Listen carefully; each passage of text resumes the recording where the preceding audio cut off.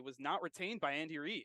I think Yes. that's a big point for Nick Sirianni. I think the Nick Sirianni kind of arc, what he's taken from that moment, but then also just his time in Philadelphia. And we've been talking about it with a few guests, and I think that's just a big thing of looking at where he started in that first press conference where he was stuttering. He didn't really know how to answer questions. He's kind of said before it just didn't go well. Yeah. And now he's at the biggest game of his life with a team that's extremely well coached, a team that, does a lot of the little things well, an extremely deep roster as well. It's really crazy to look at where Philadelphia, when looking at their side, where they went really only 2 years ago to now.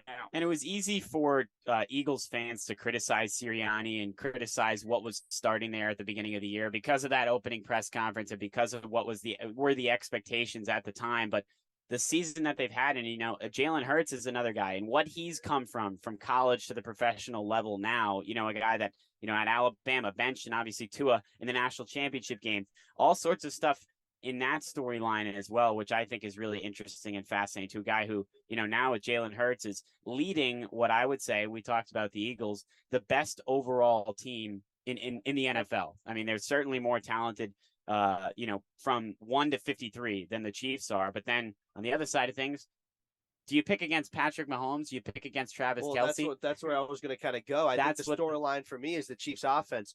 They've gotten to this point without Tyreek Hill. They've tried to find that replacement, get a guy like Kadarius Toney ahead of the deadline, try to really be able to open up the field more, because that's really the big absence this team has not really had. Is that going to be a factor in the Super Bowl when they need that big play down the stretch? You don't have Tyreek Hill anymore. I think Mahomes' health, that's a big question mark. Both quarterbacks entering this game a little banged up. Hurts a little less so than I think Mahomes. But that's going to be a factor. Can the Chiefs offense perform to the capability we know they can? No Hill, Mahomes a little banged up. Will the line be able to hold up against a tough defensive line of the Eagles? Mahomes will have to scramble more. He might not be able to on that ankle. There's so many storylines to that Chiefs offense. I think if the Chiefs can score with Philadelphia, they might come away with the win, but that's a big if. Will they be able to put up the points? Though. This is Patrick Mahomes. Well, you also got to factor into it that you have guys in Juju Smith-Schuster and Kadarius Toney that are questionable right now. They haven't been practicing a lot. They were hurt in the AFC Championship game. We aren't 100% sure if they're even going to play, although I think it's very unlikely that they don't, to be honest. I think if you're questionable leading up to the Super Bowl, you're probably going to tough it out and play. But are those guys going to be 100%? No. And I think that's something that, could be a big factor as well. How healthy are the Chiefs receivers? Because obviously you can rely on Travis Kelce, and that, combination between him and Mahomes is unstoppable. It's proven to be unstoppable for years now, but you're going to have to throw the ball to somebody else. And, Valdez-Scantling, I think, will play a bigger role, especially with the Chiefs receivers that are a little bit banged up, but that's going to be the biggest difference. And with Mahomes and that ankle, the Eagles are the number one the number one rush defense. They have the most sacks in the NFL. They're going to put a lot of pressure on Patrick Mahomes. Is he going to be able to work his way out of the pocket and make plays with his legs, which is something that he relies on and something that he does better than just about anybody in the NFL? Is he going to be able to do that? I think the biggest thing with Patrick Mahomes, I don't even know if it's his mobility, which is, I think, big. It's if the offensive line can hold up. Yeah. And the Eagles, they have some dogs on that defensive line. The thing is that the offensive line benefits from the fact that Mahomes, before this ankle injury, can be so mobile and move out of the pocket. It makes them almost better. Yeah, because he's taking less sacks. But I think, it's a good offensive line, but stay upright. Yeah, that's the key to this game. And I think you can ask, Danny over here with his 49ers, that wasn't able to run over there, as well as our producer, and what they weren't able to do, with Brock Purdy. He ends up getting hurt. And you saw with Patrick Mahomes in, the Super Bowl in 2020 with the Bucs, they could not keep him upright. He was running for his life that whole day, and they end up losing that game. So to me, that's the biggest thing. And when you look at those defensive lines between the Eagles and the Bucs that year, very, very similar. A lot of really productive pass rushers. Yeah, and I think if the Eagles put up the necessary points and, what we think about the health of potentially Mahomes and the pressure the Eagles will bring, I think it will be a pretty close case. I think the Eagles, really, if you break down the game on paper, it's all Philadelphia. But is Mahomes just going to be Mahomes, and is he going to be able to will his team to a victory? Well, also the thing is with the Eagles is that we haven't, in the playoffs at least, we haven't seen how good they are in the playoffs. Between playing the Giants and obviously blowing them out and then kind of cruising to a lead, and obviously that was a big win. But against the 49ers, obviously going against a third-string quarterback, we didn't learn a lot about the Eagles. But this is my question in the too. NFC Championship. They did everything they need to do. If they beat the 49ers close with no QB, they beat the Giants close. I mean, the Giants were off the back of a great game. I'm not necessarily criticizing the Eagles. Eagles. Like, I'm not criticizing the Eagles, but all I'm saying is that we don't know exactly how how well they're playing as a football team right now. And I think you could say the same thing after Sunday. If they beat the Chiefs pretty good, everyone's going to say, well, they didn't get a healthy Mahomes. They had a banged up team with no Hill after last season. So I think the same questions could happen after the Super Bowl. It's not like they're playing some powerhouse that's all healthy and everything. The Chiefs are a tough team, but there are question marks around them going into this game. So that's why I think there's a lot to like with this Eagles team heading into this one. I would give them the upper hand, but it's just there's a lot of question marks entering Sunday on the Chiefs offense. That's why it's my storyline. And you never know. On paper, you never know. I mean, things can be true on paper, but this is football. This is sports. You never know what's actually going to happen. I think, obviously picking against Mahomes and Kelsey is something that has just made me incredibly wary. And I think also just looking at some of the early predictions from, people in the media industry in general, people are trending towards the Eagles, which makes me second guess me trending towards the Eagles. I feel like sometimes when you have the consensus opinion trending in one direction or how it looks on paper, that's not always how it plays out. So that's another interesting thing too. I don't want to get too far into this conversation because, again, we said we have 9 hours to fill. Also, LeBron James just broke the scoring record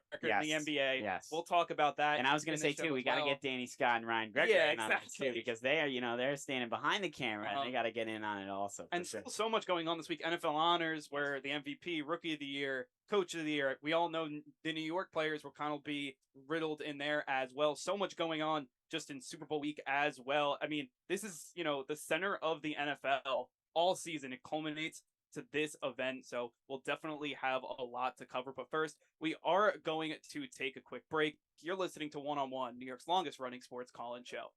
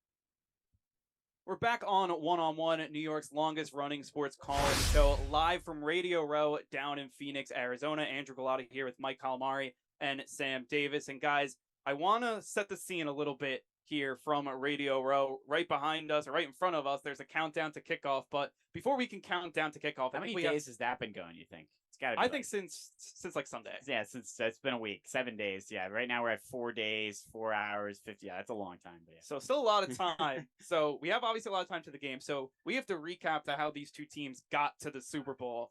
And I want to start off with the Chiefs, because I think with the Chiefs, the story really starts all the way back last year when they lose to Joe Burrow in the AFC Championship game. And that whole year, it seems like the Chiefs were just a little bit off. I think a lot of people characterize it as them being stagnant, because it's been the same team for around 4 years, not that much turnover. And let's face it, teams start figuring you out. It doesn't matter how good you are.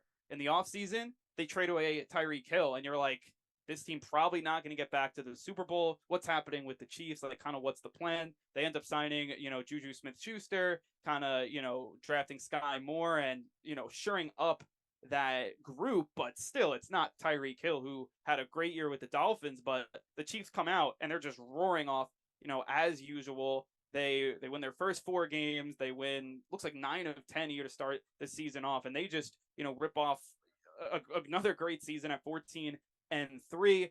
Fast forward to the playoffs, they get the number 1 overall seed and pretty easily beat the Jaguars, pretty easily beat Cincinnati, and Patrick Mahomes and company are back in the Super Bowl. So, Mike, what do you think of this Chiefs team just throughout the year? A team that kind of is exuding a lot of dominance, and last year didn't see that same dominance. Yeah, and I think it's interesting you lose such a weapon like Tyreek Hill. In the offense, it's not the same. It doesn't have the same firepower, but they haven't really missed a beat. 3 losses, 14 wins in the season. They were, really at the powerhouse to end up first. I know with Buffalo, they don't have the game against Cincinnati. Yeah. Neutral site if the Bills win. They end up don't, so they host the AFC Championship. And the defense, that's really what really impressed me. This defense is very good. They're going to be able to put a lot of pressure on Hurts and make it tough for him, a lot tougher than it was with San Francisco. San Francisco defense did a great job against Hurts, but the defense was always on the field in that game. It's really hard to use that against the Giants, a totally different defense than the Giants had. So I think this Chiefs defense is really strong. And then the offense's ability to recover without Tyreek Hill. That's the most impressive thing for him. For me, will we be able to see it against the Super Bowl? I think so. But it's really impressive that they were able to lose such a weapon and still be able to be so their team offense, only team that went over 7,000 yards of total offense in this game. Just flat out domination from Patrick Mahomes and company. Probably going to end up winning another MVP. Yeah. It's funny that we talk about like the concerns heading into the year. It's laughable at this point with the offensive year that the Chiefs still had, despite having losing Tyreek Hill, of course. And, going into the year, and I'm looking at, and kind of reflecting back on the regular season and watching this Chiefs team, there was a little bit of doubt at times with, I would say, how close some of these victories were. Like some of these games, especially against the Raiders, beat them by 1 point, overtime against the Titans. You kind of go down the list, a 3-point victory over the Chargers. Teams that are obviously not division games, though. Obviously, yeah, divisional games, and that there's something to be said about that, but not the best quality of teams, and not teams that are in the playoffs. Winning those games, in a 1-score victory, or maybe even an overtime, I think that put a little bit of doubt in the general public's perception of the Chiefs, especially coming off of the year without Tyreek Hill. It put a little bit of doubt in terms of this offense and what they were capable of doing. But I think what this season has showed, at least in the regular season for the Chiefs, and especially in the playoffs, is that you can't doubt a guy like Patrick Mahomes, and you can't doubt Travis Kelce and what they've been able to do on the offensive side of the ball. And in the playoffs, really taking care of Jacksonville, really handling them well. And obviously that Cincinnati matchup was a big-time game. Got a little bit of a break with that late penalty, obviously forcing Mahomes out of bounds. I'm sure we'll talk about that a little bit more in a little bit. But from the regular season on, I think the Chiefs really have, I guess, proved people wrong, because there was certainly a little bit of doubt heading into the year with this team. And they've kind of used that as motivation as well, because there was doubt in that Cincinnati game as well. And obviously all the talk heading into that one with Burrowhead and everything to do with that. I want to zero in on that game in particular, but yeah, it's this team, and I think everyone's going to talk about Mahomes, and everyone's going to talk about this offense. Travis Kelce having another just ultra amazing year, and people are now putting him in that conversation for with one Gronk of the best as the best tight end of this generation, or ever. I mean, I think Tony Gonzalez also kind of gets into that conversation as well. But what Travis Kelce has been able to do, and another year to pen to his legacy, and we'll see if it ends in another Super Bowl. But everyone's going to talk about this offense, but the defense Mike touched upon a little bit. But in that Bengals game, or just throughout the year, they've came up with some huge stops. Talk about Chris Jones is having an amazing year. Frank Clark, another guy who is extremely talented. Nick Bolton has stepped up, kind of, a young player still on a rookie contract, and their back end has held up when in years past maybe it hasn't. I just feel like they're always going to talk about Mahomes and that offense, but this defense has played really well, especially in the playoffs. Is when the offense is, a little off kilter, they're able to kind of hold down the ship. I think the third down stops that this team has been able, in that Bengals game, and that last Bengals game, they showed up big time. Because everybody talks about obviously the push out of bounds and the penalty, but Joe Burrow had the ball with 2 minutes left, or maybe a little bit under 2 minutes, with an opportunity for the Bengals to march down the field and win that game. And the Chiefs defense stepped up, and Chris Jones stepped up, and that defensive line stepped up, forced pressure. They definitely, I think Chris Jones was the one who said it. He said, we kind of fly under the radar as a defense with how, much those studs are on the offensive side of the ball. We kind of, in terms of the Chiefs defense, fly under that radar. Not a lot of people talk about it, which I think is a really interesting. I think it provides a little bit of a chip on the shoulder for all of those defenders to think hey, we're a really solid defense. We believe in ourselves. Nobody else is talking about us, but we're going to go and we're going to wreak havoc on quarterbacks and on opposing offenses. Yeah, I mean, and I think you said it perfectly that the defense flies totally under the radar. When you look at this Chiefs offense, you hear the name Kansas City Chiefs, and you just think offense power, how they just score to win games. But this defense, they've showed up throughout the playoffs many times. They've made big stops when it counted, and I think that's going to be a big key for them to win. Obviously, against the Eagles on Sunday, they'll need to make big stops. It's not all going to be Mahomes. We know what the offensive situation is. And I think that's a big thing. And I do want to touch on something with the Chiefs regular season. Given everything they did this year, I think no one would have said the Chiefs would have exceeded expectations. And I think that's what they did this year, which is just truly how great Andy Reid, Patrick Mahomes, that whole team is, that they were able to take a team that's been to the Super Bowl twice already under Andy Reid, and they were able to exceed expectations this year. Chris Jones, I want to highlight him. 15 and a half sacks. And in that Bengals game, two huge sacks. Both of those were his first sacks in his playoff career, too. Yep. Yeah. And he Which is got him in the biggest moment. Crazy. I heard that and I was like, that can't be true. And that just didn't seem like it was true. But with the year that he had, obviously, unbelievable. He had, basically a career year. Now he's at age 28, so kind of right in the middle of his prime. But what he's been able to do, pairing him with Frank Clark, they got after Joe Burrow in that game. And I know the Bengals offensive line is, not the best. And also banged up. It's a better offensive line than they were to start the year. They were vastly improved. That offensive line got banged up. Yeah, they were hurt. That was the only That's thing. Huge. Getting to Joe Burrow, that was definitely. their key. And it's going to be getting to Jalen Hurts. Yeah. It's going to be the big key. And you know what? That team and that group specifically, rather, the defensive line, also Frank Clark, Colin Sanders as well, kind of that group of four. Also, you could kind of bring in the linebackers too. But getting pressure has been their MO, especially in the playoffs. They got pressure on, I believe, the Jaguars as well, and held them to 20 points. But I think there was kind of at the end of the game, a little bit of garbage time there. So they were able to, I think, in the playoffs, step up their game. And I think, if you're going to win a Super Bowl, you got to be good on both sides of the ball. It's great that you have Patrick Mahomes. It's great that you have Travis Kelce. It's great that you have this awesome offense. As a Saints fan, when you have a bad defense, there's no shot you're getting there. Yeah.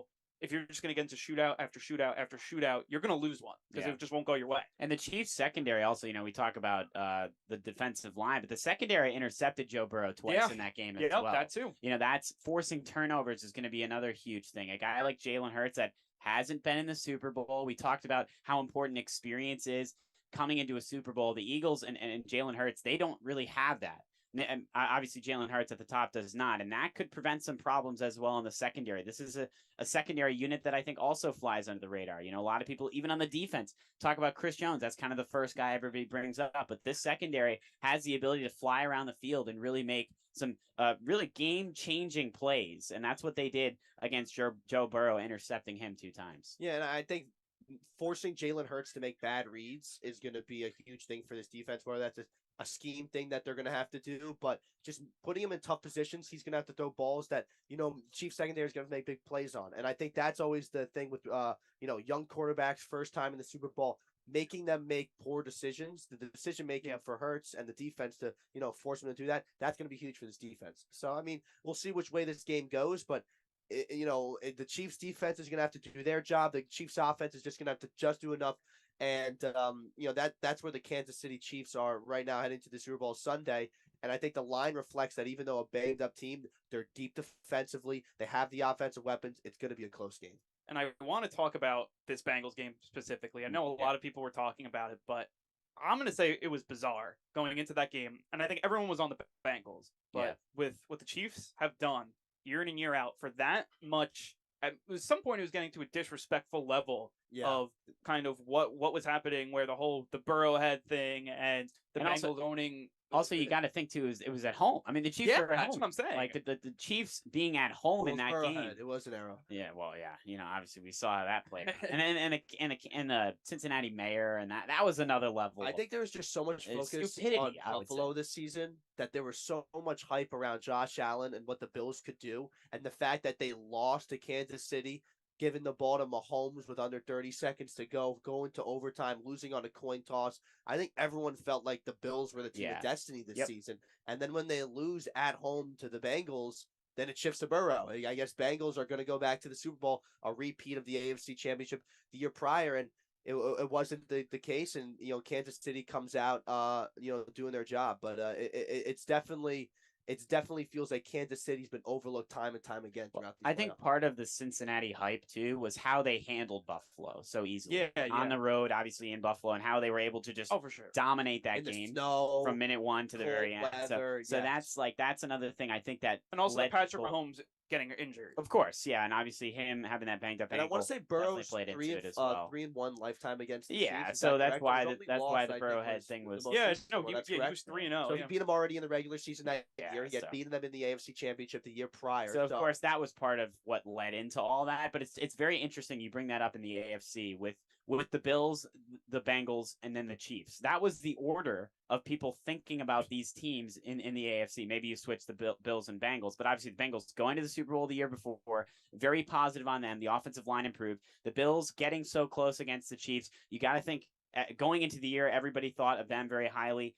And then it's the Chiefs. They were kind of that almost third option in the AFC, which is crazy to think about now. And they felt that disrespect. The most surprising thing of that game was after the game, Chiefs win that game, and kind of it was end of the game. The penalty was obviously the big talk, but during those final few minutes, I think the Chiefs defense did enough to win that game because everyone talking about the penalty, but if you're giving Patrick Mahomes the ball at the 40 with around a minute left, you're not expecting to win the game. No, you're not. That the Chiefs defense, they held up on a big third down and forced a punt, and it wasn't a good one. That was the game right there. Yeah. The return on the punt, the special team. Yeah, that's huge. Yeah. And then, of course, Cincinnati had a lot of issues with officiating on that. That last call was the right call. There was, I think, there was a hold maybe on that punt return that they didn't see that could have played. Blocking the back or something like that. But at the end of the day, you got to give credit where credit's due to this Chiefs team, like you said, getting a stop defensively, a big special teams play, and then Mahomes. In that position. Like if you're Cincinnati, I don't care who you are, and you might not admit it, but deep down, you're probably not going to win that game. And the other thing, I think it's a dislike one, but I think no one wanted to see Kansas City back in the Super Bowl. I think if there's some sort of dislike against this team, I think any dynasty is going to have what happens. People don't want to see the same team recurring. Are they at that level now, though? I think, and that was I think they win this year, then that's going to start to be a it's funny. They asked Andy Reid this morning in the press conference, do you feel like this is a dynasty? Well, I don't even mean dynasty. I just mean, are they at the level of people being like, I don't want them in the Super Bowl? I think they're the Golden State of the NFL. I think right now, still everyone's I think they're the Warriors of the NFL. They won the championship. Yeah. So much harder to win. I think you got to win. I think if they win this year, then people will start to say, I don't want to see Mahomes anymore. Like he's already won 2. He's already been 3 of the last 4. Mahomes is also like, he's so special. Yeah. What he's been able to do, I think when you look at throughout the kind of quarterback history, so per se, you talk about Tom Brady, who didn't have the arm talent, obviously extremely talented, but doesn't have the arm talent of Mahomes, doesn't have the pure natural talent, but got it done in the big games, the GOAT, most clutch quarterback ever. Then you go to a guy like Aaron Rodgers, who has it all on the intangibles, wins the MVP, ends up winning a Super Bowl as well early in his career, but can't get another one. And he's always fell short since. You could kind of go past to the Peyton Manning, same thing. Drew Brees, same thing. Patrick Mahomes looking like if he can win another Super Bowl, multiple championships, multiple MVPs, the arm talent is 100% there where he's going to, any given Sunday, make you just jaw drop on the floor. you have to obviously start thinking about him as, he's building that resume for sure. I think with a win this year, he certainly adds. But I will say this: we're talking about dynasty, and I think it's tough, to compare leagues. You think about the Warriors, how many times they were. I would say Miami was a dynasty those 4 years. LeBron was there. How you categorize it, but the fact Mahomes has been 3 times, and I think what really separates a team from a dynasty is losing one of your best players and being able to adjust and still get to the end. I'd say there's the same core, right? Like there's the same core of Mahomes and Kelsey. But even and that core is changing. But that's what I mean. That the guys outside of it that are still incredibly important kind of revolve, and that makes me think of the Patriots. It's identical to the Patriots with Brady Belichick. Outside of it, things changed. Receivers changed. You got Wes Welker, you got Randy Moss, you got Edelman, you got those kind of pieces changed, and that's why I agree. There's a lot of similarities between when you look at that Patriots dynasty, obviously winning over a number of years, but what the Chiefs are building here. But what I was going to say is, even if you go to basketball and you take the Warriors, for example, the fact that they lost so many pieces and they still made it back to the finals this past year. They lose Kevin Durant. They get Kevin Durant. There was a lot of players in and out of that team, but it didn't affect the end result. And I think that's what we're starting to see with Kansas City. And I think that's what, puts them in my book as a dynasty, if not one. But you know what's the interesting thing? You say that they're dynasty, but last week people were starting to call them choke artists, and people were starting to call them. I think that's how the winds move so easily. But then again, it's a massive game. It's the AFC Championship. If Kansas City loses to Cincinnati, but they were almost writing them off, and I think you see like Kelsey after the game. I was surprised that he just goes right into the mic and says Burrow had this, like calling out the mayor. I didn't expect them to get into their head. It did during the week. It was pretty evident that they felt disrespected. Yes, and I think that's part of what like for the Chiefs to be able to use that as motivation to feel like underdogs. The Kansas City Chiefs, like that, I think is dangerous. And when you have a team that's thinking that way, like with how talented they are, for most of the last kind of the favorites, or they've been looked at as kind of the top of the AFC or the top of the NFL, but for them to, at least for a moment, think we're underdogs, I think that's a dangerous idea, and that's obviously a big factor that played into that Cincinnati matchup. In that win. And I think if you had to, maybe it's an interesting question for you guys. I know we haven't gotten to Philadelphia yet, but if you had to say which team had the momentum, I know both teams are coming off of conference championships, but which team has more momentum? I think it might be Kansas City. I think it's Kansas City. Oh, for sure, and they beat better teams, and then we're gonna talk about this throughout the week.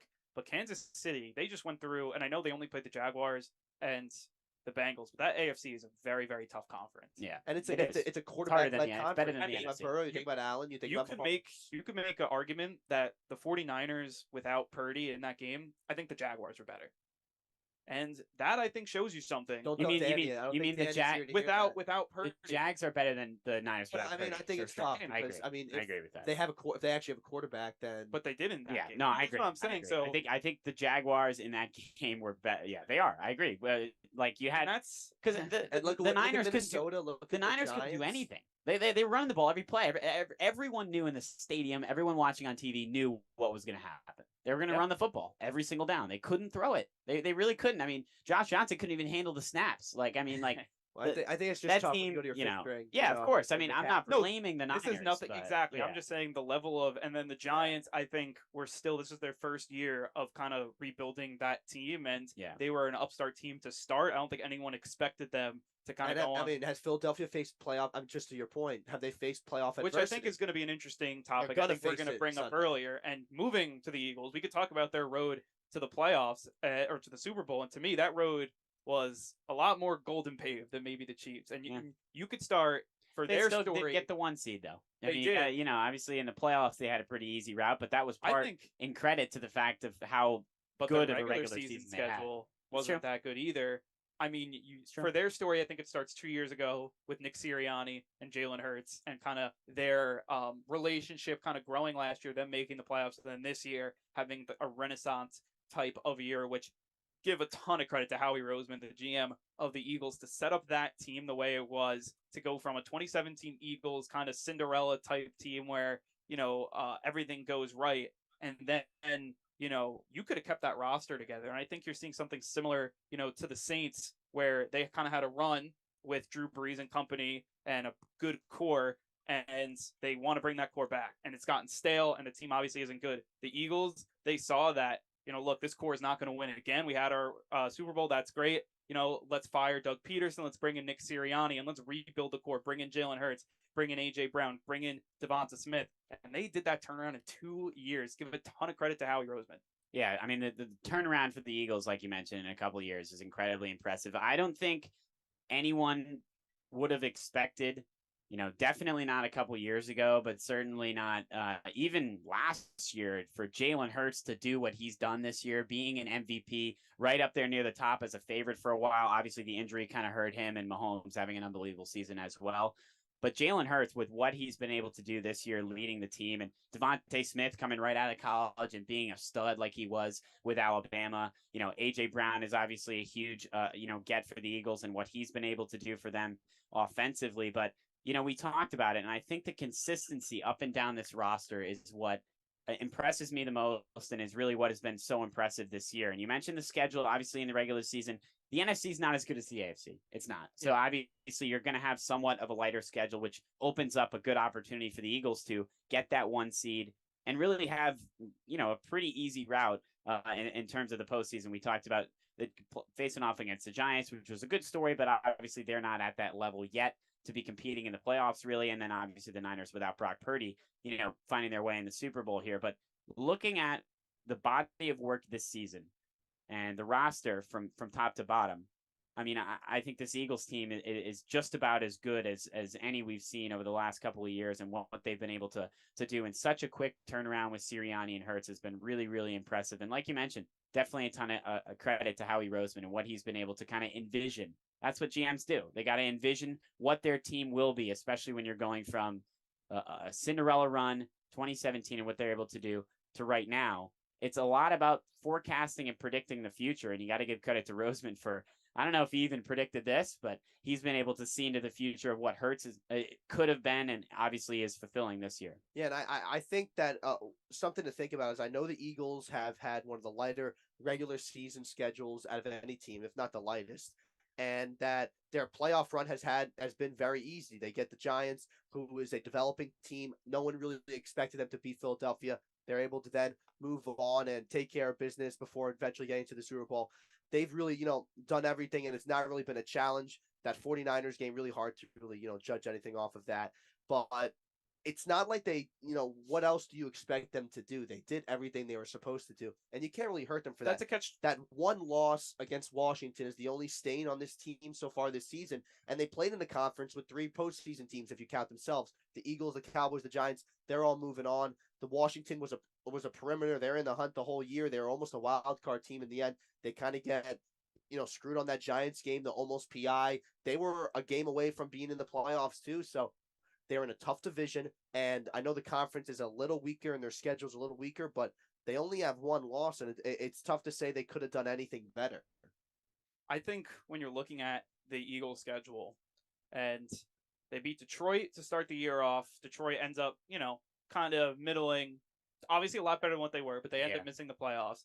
Still not a great team. Minnesota to me was a huge pretender throughout the year, and they were. I know you want to call them. Everyone said so. I think it's like I'm a Pittsburgh Steelers fan. I'm not sure if anyone remembers that Steelers season when their defense was so good that Ben could barely throw the ball. They went on a huge run to start the year, and they lose in the first playoff game. Very similar situation. And you go down kind of team by team, and to me, the only big win that they had was against the Cowboys, and it was at home, and it was a 9-point win. It was a dominant win, but besides that, there's no win. That's like, oh, this is something that I'm like. It's not like when the Chiefs go up and they beat Bengals. It's not like when the Chiefs, when they go up and beat a quarterback like Justin Herbert, with the Chargers twice in the division. Like, I think that, looking down their schedule, they obviously handled their business, and then Jalen Hurts gets hurt in that game. You can't really judge those games. And you can't judge those games, so that takes out a few. Yeah, because didn't they lose bad to the Cowboys? They correct? Back-to-back games. So they lost the Cowboys in Chicago. They lost bad to the Saints. I think that was and it's like, obviously, you can't really judge without your quarterback. But I will say, we talked about the NFC being down, but the NFC East was pretty solid this year. I mean, it was definitely the NFC was down. Like, I think the NFC East was fine, but I think. But I mean, the Giants. But the 49ers with a good quarterback. I mean, if Purdy's healthy, it's a different game. Yeah, and they're a different team, so it's tough to really say. But between the Giants and the Cowboys, who both had pretty solid years, maybe not the best years, and obviously the Cowboys, in the playoffs kind of fell apart, but The Giants definitely overachieved, had a very solid year. So the overall, and then even the Commanders, I mean, they were not good by any means, but they weren't horrible. I mean, they were better than they have been. Put the Commanders in the AFC, and I think they're like a 4 or 5 win team. Yeah, but I mean, if you give, but that's the worst. That's the worst team in the NFC. Yeah, so I'm just saying like that. The NFC East is definitely, I think, a little bit better than we might be giving the Eagles credit. But I am looking. So I looked at a couple different sites for strength of schedule kind of metrics. I think Philadelphia Philly's near the bottom in most of them.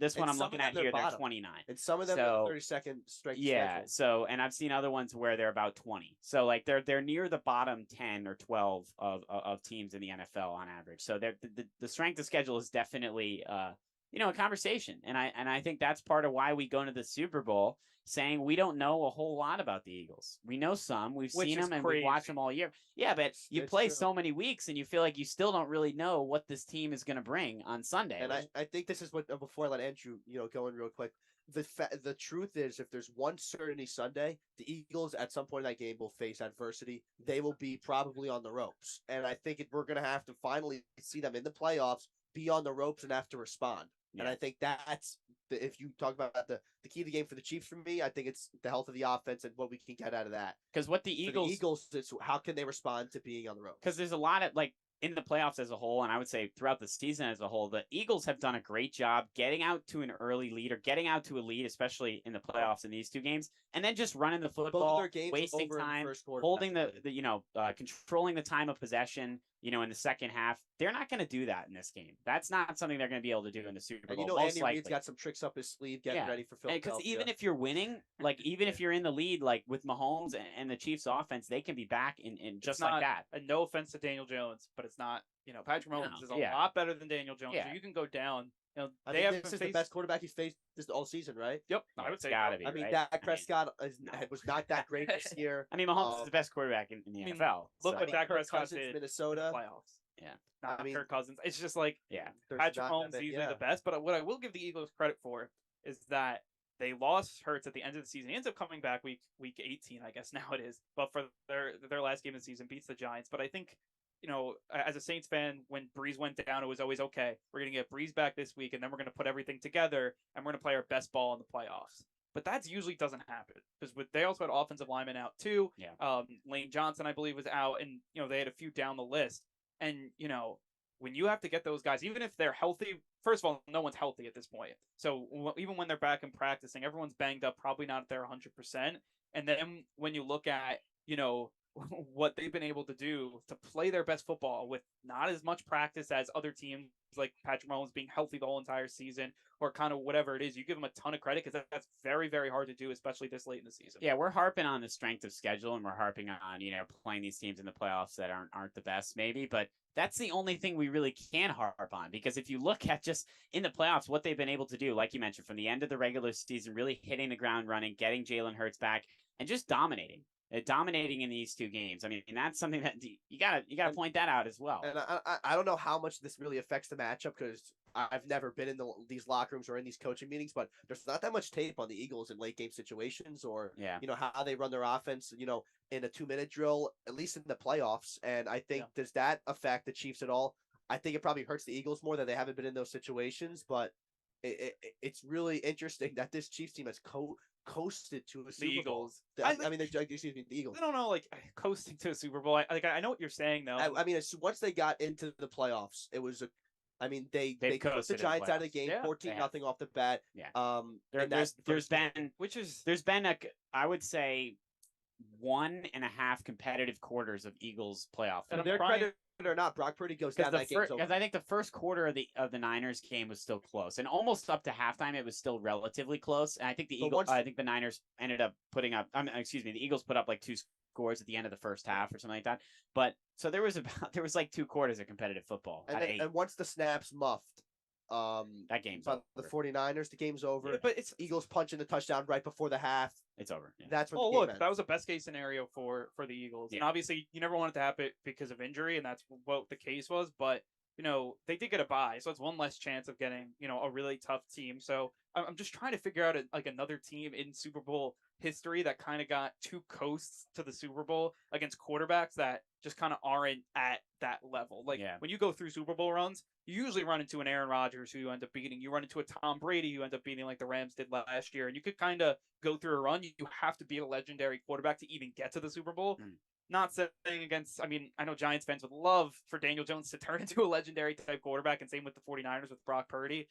But the level of quarterback talent that the Eagles have played just hasn't matched even, the Chiefs this year. They faced a Joe Burrow type, and even Trevor Lawrence, obviously early in his career, but he has that type of talent as well. Yeah, and I think, that's definitely a great point. And with the Eagles, there's definitely a lot of unknowns, and that's something that, we've gotten into. But I want to, another unknown with the Eagles, it starts with Jalen Hurts, because how healthy is Jalen Hurts? I think he's close to 100%, right? But he's not there. I would say he's in a better position right now than Mahomes, would you say? Patrick Mahomes. Oh, definitely. Okay. I agree with that. And I don't think I don't think he's 100%. And I would say not even maybe 90%, but I would say it's even in the 80s in terms of how close he is to 100.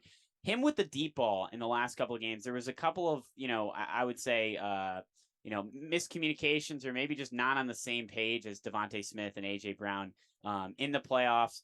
The numbers aren't eye-popping, and part of that is because they got out to a big lead and they ran the football a lot. But, just 120 yards against the Niners, 150 against the Giants, a couple touchdowns in that game, but 0 touchdowns against the Niners. Not eye-popping numbers, not numbers that stand out as a guy that's going to lead your team to a Super Bowl. But that's definitely not to his fault, obviously, as a result of the games that they're playing in. But it still brings that, element of what are we going to get from Jalen Hurts into the conversation. It's a conversation because he's not 100% healthy, and we haven't seen him dominate in the playoffs. First Super Bowl. Like, the jitters have to be there. We talked about earlier. The national championship. I know he got, there's injured, a lot of, and he kind of he got pulled. He got pulled. He got and then he played in the college football playoff and got, roundhouse by Joe Burrow. With Oklahoma. But he did play in the national championship. He's had a week of preparation for a national event before. I know, in the college stage. Yeah, no, that's a factor as well. That's something to think about also. I didn't think about that. That's definitely, but the Super Bowl is a different level. Obviously, it's a whole different idea. A whole different, obviously national championship's a huge game, but Super Bowl's at a different level. And I think you go through, down the list, like a common theme of when, Super Bowl winning or even Super Bowl, just appearing quarterbacks, they talk about how different this game is just in the weeks of it. First of all, you get 2 weeks. Obviously, a lot of the first week is prep, but the media that these two teams have to go through is completely different than a normal week. Obviously, they're in a hotel, at a neutral site. But to me, it's different. And, as much as maybe, none of these guys are going to admit it, but Jalen Hurts going through 3 days of media basically every day. And also, it's not just like your beat reporters asking you questions that, are usually kind of poignant about the team. You're getting national media, international media. At least what we saw, a lot of, different media members at this event asking completely different questions that, may throw players for a loop. You never know how they're exactly going to, take everything. Yeah, because you're going to have those, like, regular beat reporters that are going to be with the team all season long. You kind of know what you're getting. You build up a relationship with them. You have a certain level of trust with them, and that's very important throughout the season. But come Super Bowl and come playoffs, I would say, but especially the Super Bowl, all bets are off. You don't know who's going to be there. You don't know what they're going to be asking. Obviously, there's going to be some questions that, might maybe put something in your head, or maybe just, hit you a little bit differently than what you're used to in the regular season. But I think, looking at this Eagles team as a whole in this year, and I think the reason why people, they're the betting favorite and why people are considering them the favorite is because of the defense. And I think, siding with a defense in a big game like this, they say it, defense wins championships, and it's certainly true. And that's definitely a reason why I think a lot of people are confident in the Eagles and what they bring to the table. It's that defense, it's that front four, and the pressure that they're able to present without blitzing, without bringing pressure and enforcing one-on-one coverage on the outside.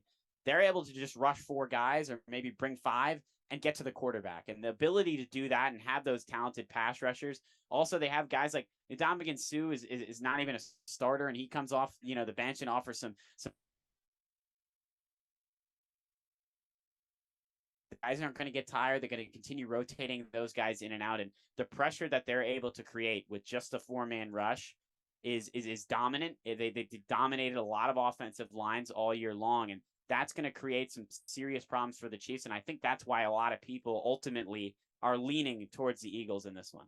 Yeah, and I think establishing the run game for the Eagles too. Yeah, if they can that'll be establish that huge. run Yeah. game and open up the game for Hurts, it's going to make his job a lot easier. If the Chiefs can really shut down the run game to an extent, obviously, and make Hurts make some long conversions on third down or really try to move down the field, that's going to make things a lot tougher. These are all intricacies to the game that we don't have that much tape on the Eagles. We have a little more on the Chiefs, but you never know till it's Sunday morning or really till kickoff and things get going. And the running backs have.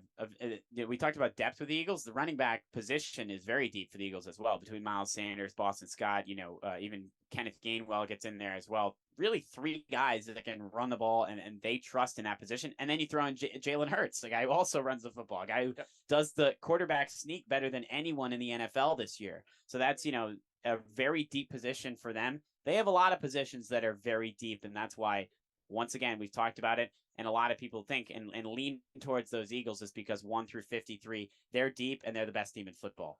Guys, I think the stage is set for these two teams. There's so much to talk about, just the matchup to matchup, and I know we're going to get through all the storylines throughout the week, but first, we are going to take a quick break. You're listening to One on One live from Radio Rep.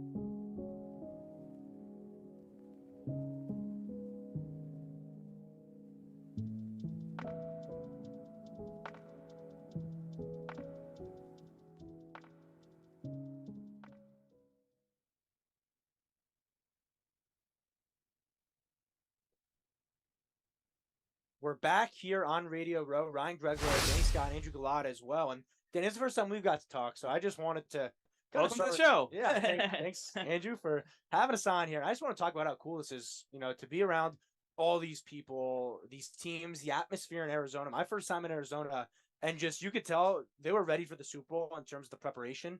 So to just be on Radio Row, I think it's a really cool experience. Absolutely. Just watching people walk by, recognizing so many faces. We heard Christian McCaffrey was here earlier. CD Lamb sat down 5 feet from us. We've seen Mike Golick. We've seen Kenny May. Whole bunch of people. It's an unreal atmosphere walking around.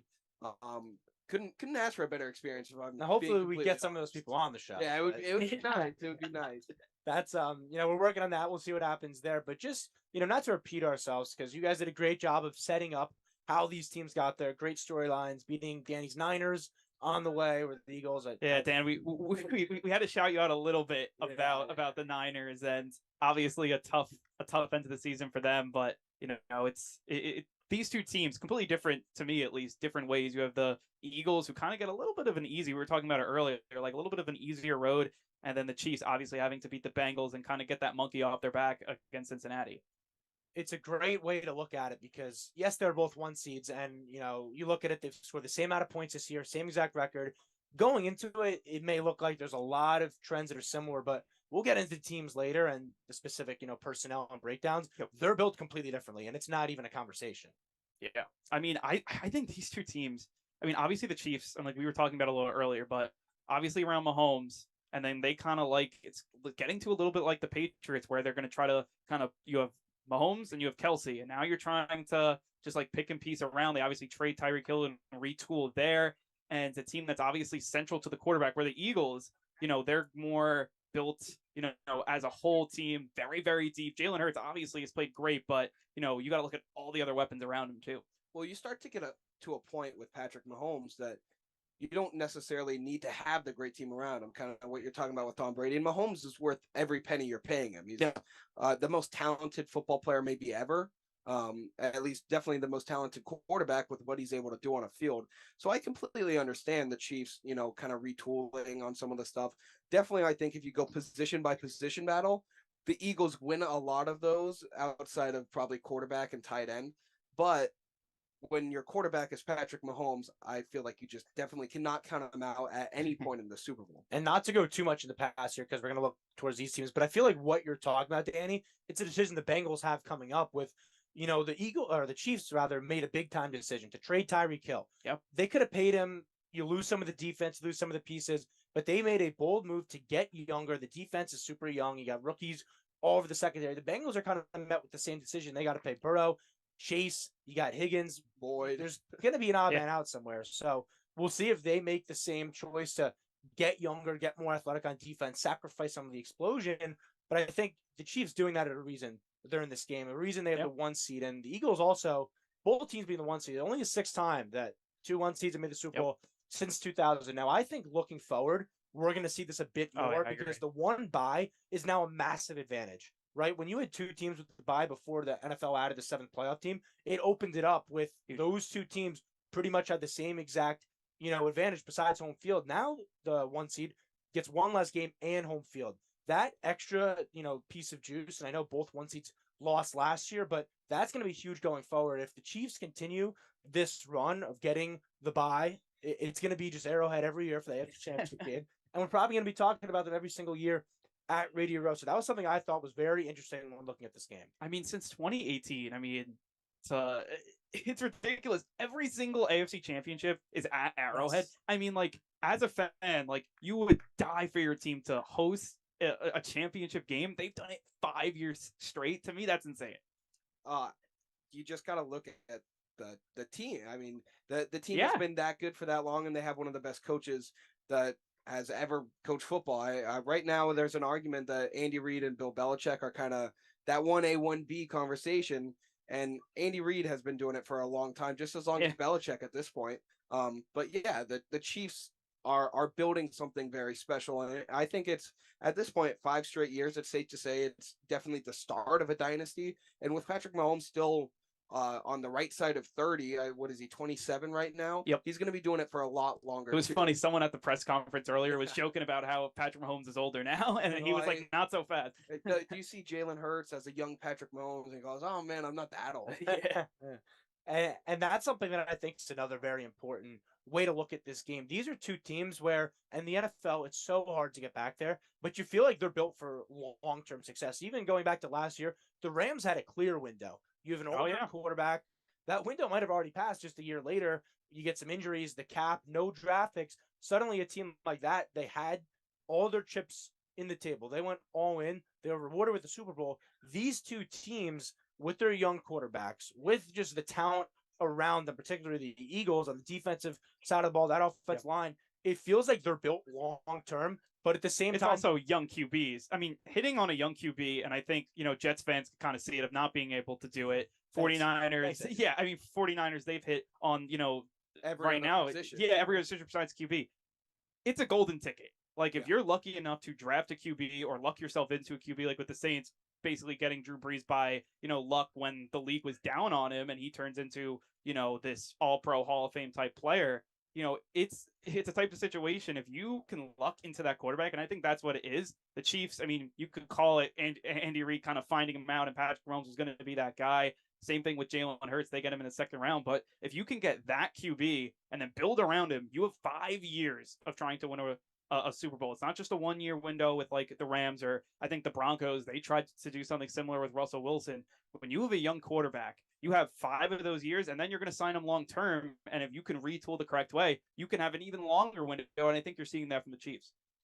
And what both these teams did, they took risk because both of them had quarterbacks at the time. And Patrick Mahomes, we know, Smith was there. They get him early in the draft. I believe they traded up for Patrick Mahomes. They drafted him early. Yeah, what happened was the Saints were, I forgot who was at 10, but the Saints were at 11. And Sean Payton said if he drops to 11, we're going to pick him. Andy Reid, I think he moved up from 20, and they moved up over the Saints to pick him. And so then you look at Jalen Hurts on that side of the ball. They had Carson Wentz, and at that point, people still believe Carson Wentz was a franchise quarterback in this league. You draft Jalen Hurts in the second round, it was seen as a shock because at best he was going to be a backup quarterback for that year. Now we saw how that played out, and Hurts, he has really progressed, getting better every year, even just looking back at college. That last year at Oklahoma, you wonder how much that really improved his like NFL prospects, because he was not seen as a real NFL talent. Now he's starting a Super Bowl and looks like he's going to be good for a long time to come. Yeah, I don't know if you guys saw the Nick Saban interview, but he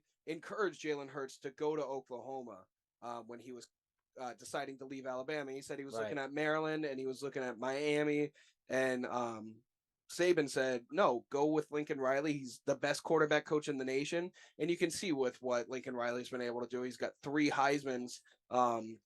And I think he's really kind of took that next step, and especially in today's age of mobile running quarterbacks. He reminds me a lot of a younger Patrick Mahomes, even though Patrick Mahomes is.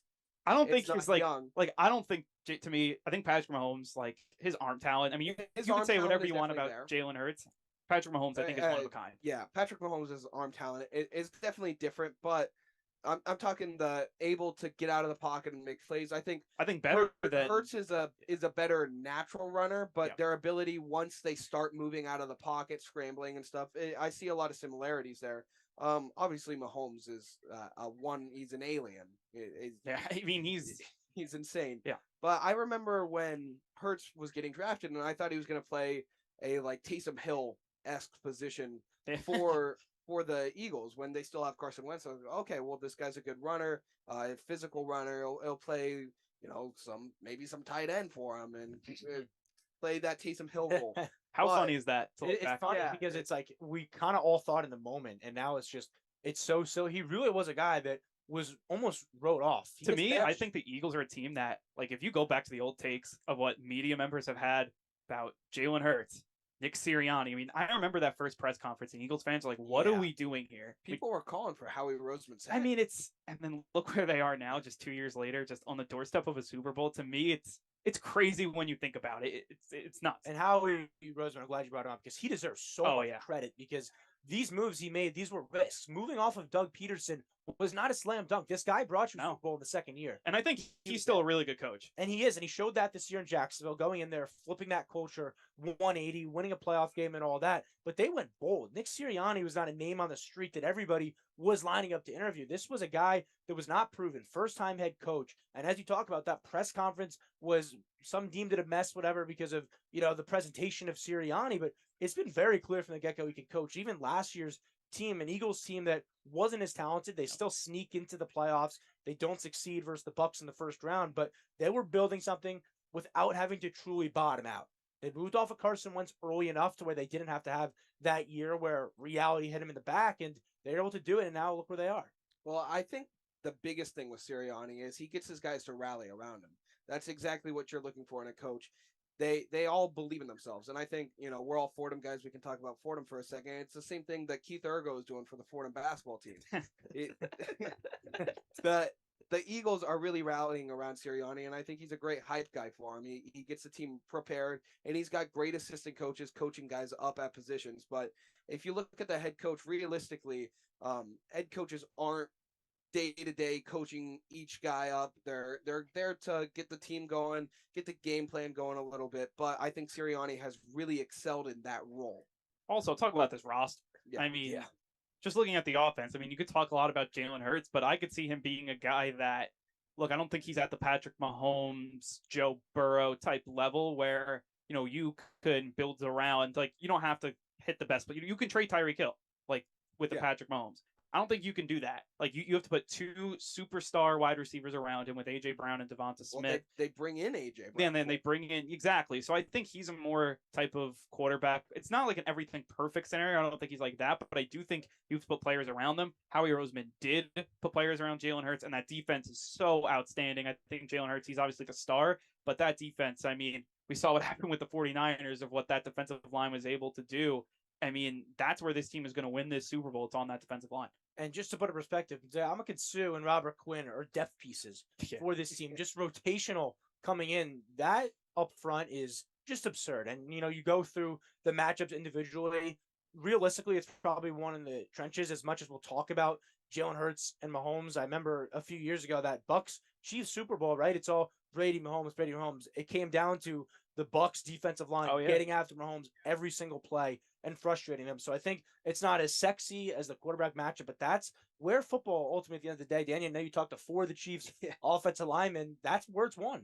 Oh, absolutely. Every football game is won in the trench, especially when you get this far. Up front is going to be absolutely massive. I think the Chiefs has a very good offensive line. They have protected Mahomes quite well this year, but when you start talking about this Eagles front seven, it's arguably the best in football.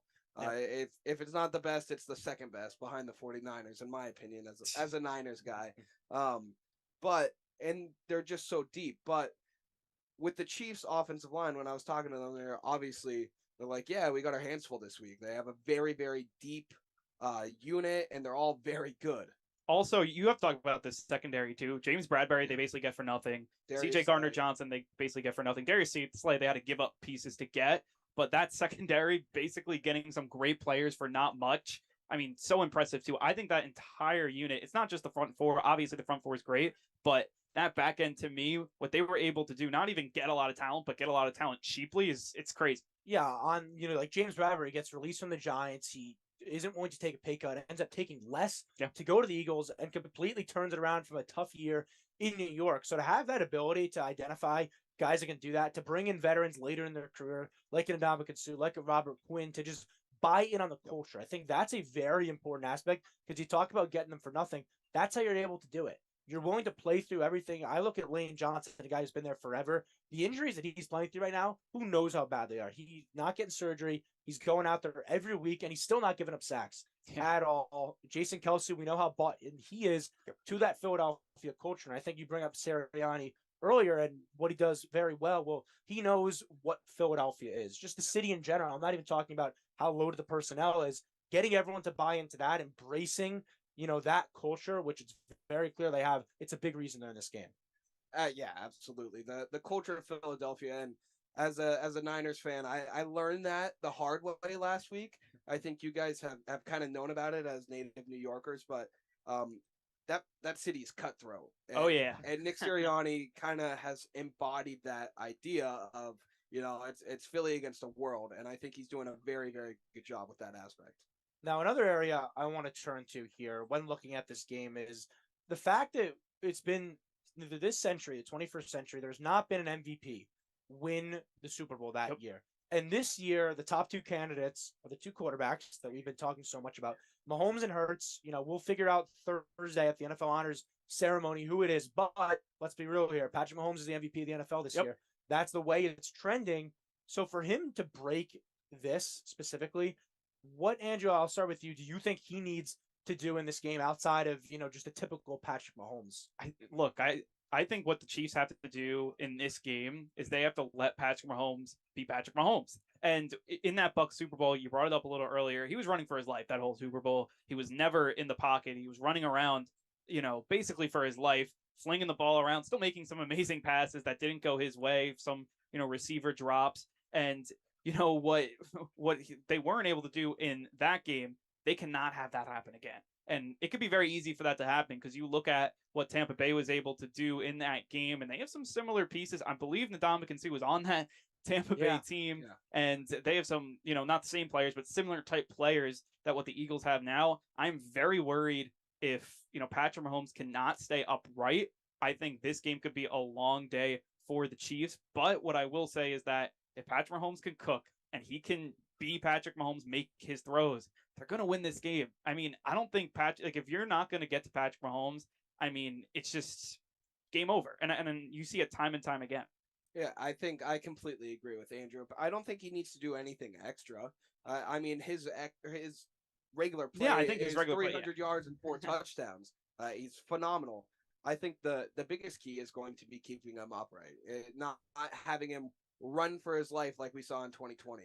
That's by far the biggest key to everything for the Chiefs. And the thing is, though, with Patrick Mahomes and the Eagles, and the mistake they can't make is just blitzing him every time because he's so great, and I don't know if he gets enough credit for it, and making decisions quick on the run and everything like that when the pressure's getting to him. If you can just bring natural pressure, which I think the Eagles do a great job of doing better than the Chiefs in that aspect, they'll be fine, but they can't just go all out and blitz him because it worked a lot versus the Niners. You saw some scheme issues there, putting backup tight ends on Hassan Reddick coming out there. Well, Mahomes has that ability to, even if you get to him, to make something happen in an instinct. And Jalen Hurts, for all things considered, has that same ability. And that's where I think that matchup and that comparison between the two of them is similar that you brought up earlier. Is when these guys have defenders coming into them, breaking into the pocket, they're able to get out of it more than we've really seen in any Super Bowl matchup.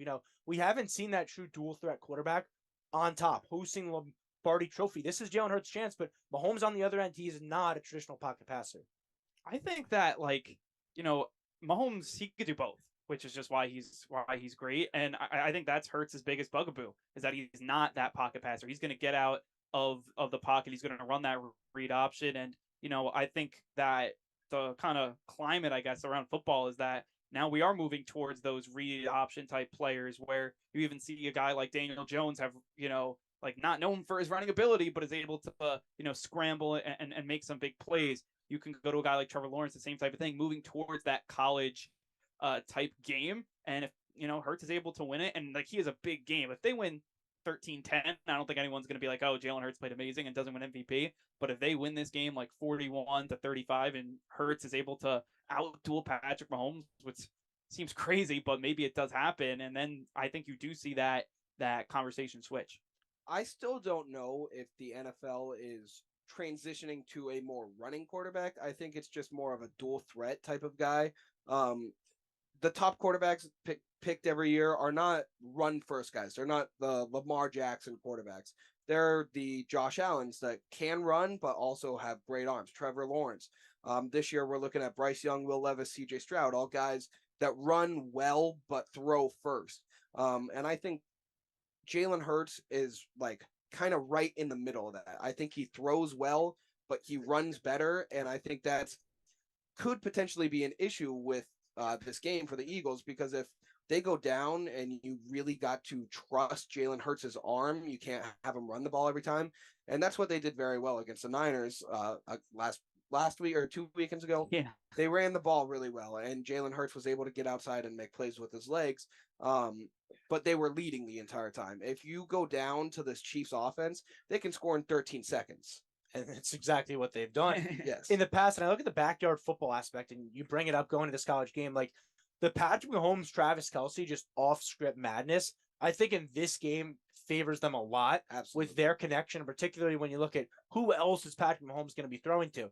It seems like it's such a simple concept, guys. Just double Travis Kelce, take him out of the game. Well, all year it's been the two of them, and yes, he's impossible to cover. I mean, it's crazy. I think the biggest thing when you look at Travis Kelce, like it'll show Mahomes like kind of going off script, scrambling, and all of a sudden they just point to Kelce's ball going wide open, and he's wide open. I just have no clue why it happens. Obviously, you could see it in like the coaches' film and stuff, but what he's able to do off script, I think it's something we haven't seen before. It isn't, and it's something that it won them a Super Bowl pretty much. You look at the play No, to Tyreek Hill, 3rd and 15, desperation attempt. You don't have him anymore, but their connection, it's going to be so important going on, and we'll get more into it coming up. We have so much more to talk about. We are going to take a quick break here on One on One.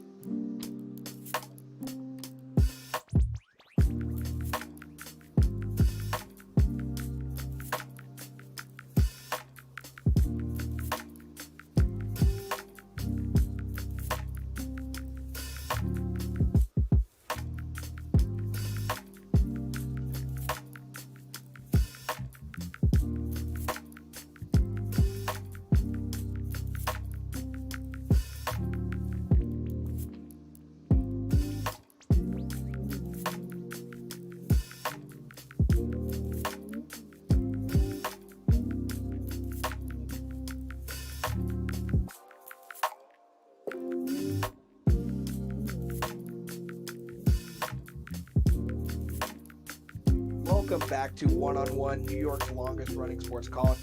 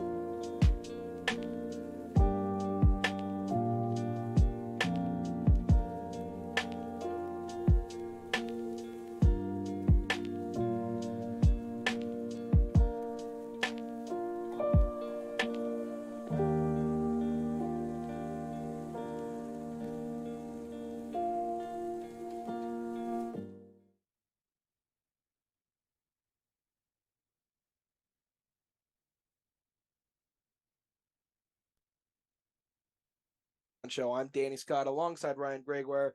We have a very special guest, Greg Papa, the play-by-play announcer for the San Francisco 49ers. How you doing today? I'm doing great. What an honor to be here with Yeah. all the list of alums, starting with the great Vin Scully. Yeah. I'm honored. Thanks for inviting me. Yeah, thank you so much for coming on. So I know you do Niners now, but you've done pretty much everything. I mean, Warriors, Giants, A's, Raiders, Pacers, Spurs. Yeah, I've been fired by every team in North America. Which of those experiences has been your favorite? Wow. And they're all so different. I mean, so I went to Syracuse University, and the Cuse is over here, Yeah. vibrant orange. I was hired at age 21, about your age, maybe a little bit younger than by the Indiana Pacers. So I went right in when I was done with my time at Syracuse, right into the NBA at age 21. And that was an amazing experience, the 2 years that I did the Pacer games. And then I had a chance to come out and do the Warrior games at age 23 and did their games for 11 years. And that was the Run TMC era of Warrior basketball. And Chris Mullen from St. John's and, Tim Hardaway and Mitch Richmond. And then I went to San Antonio and saw Tim Duncan's rookie year, and his second year won an NBA championship, had a great relationship with Greg Popovich. Did a lot of national NBA at that time. And then as far as baseball, did the Oakland A's games when they were just putting together the Bash Brothers teams and the World Series. They, from 88 to 92, they won the American League West 4 to 5 years, went to the World Series 3 straight years, and won in 89. That was memorable.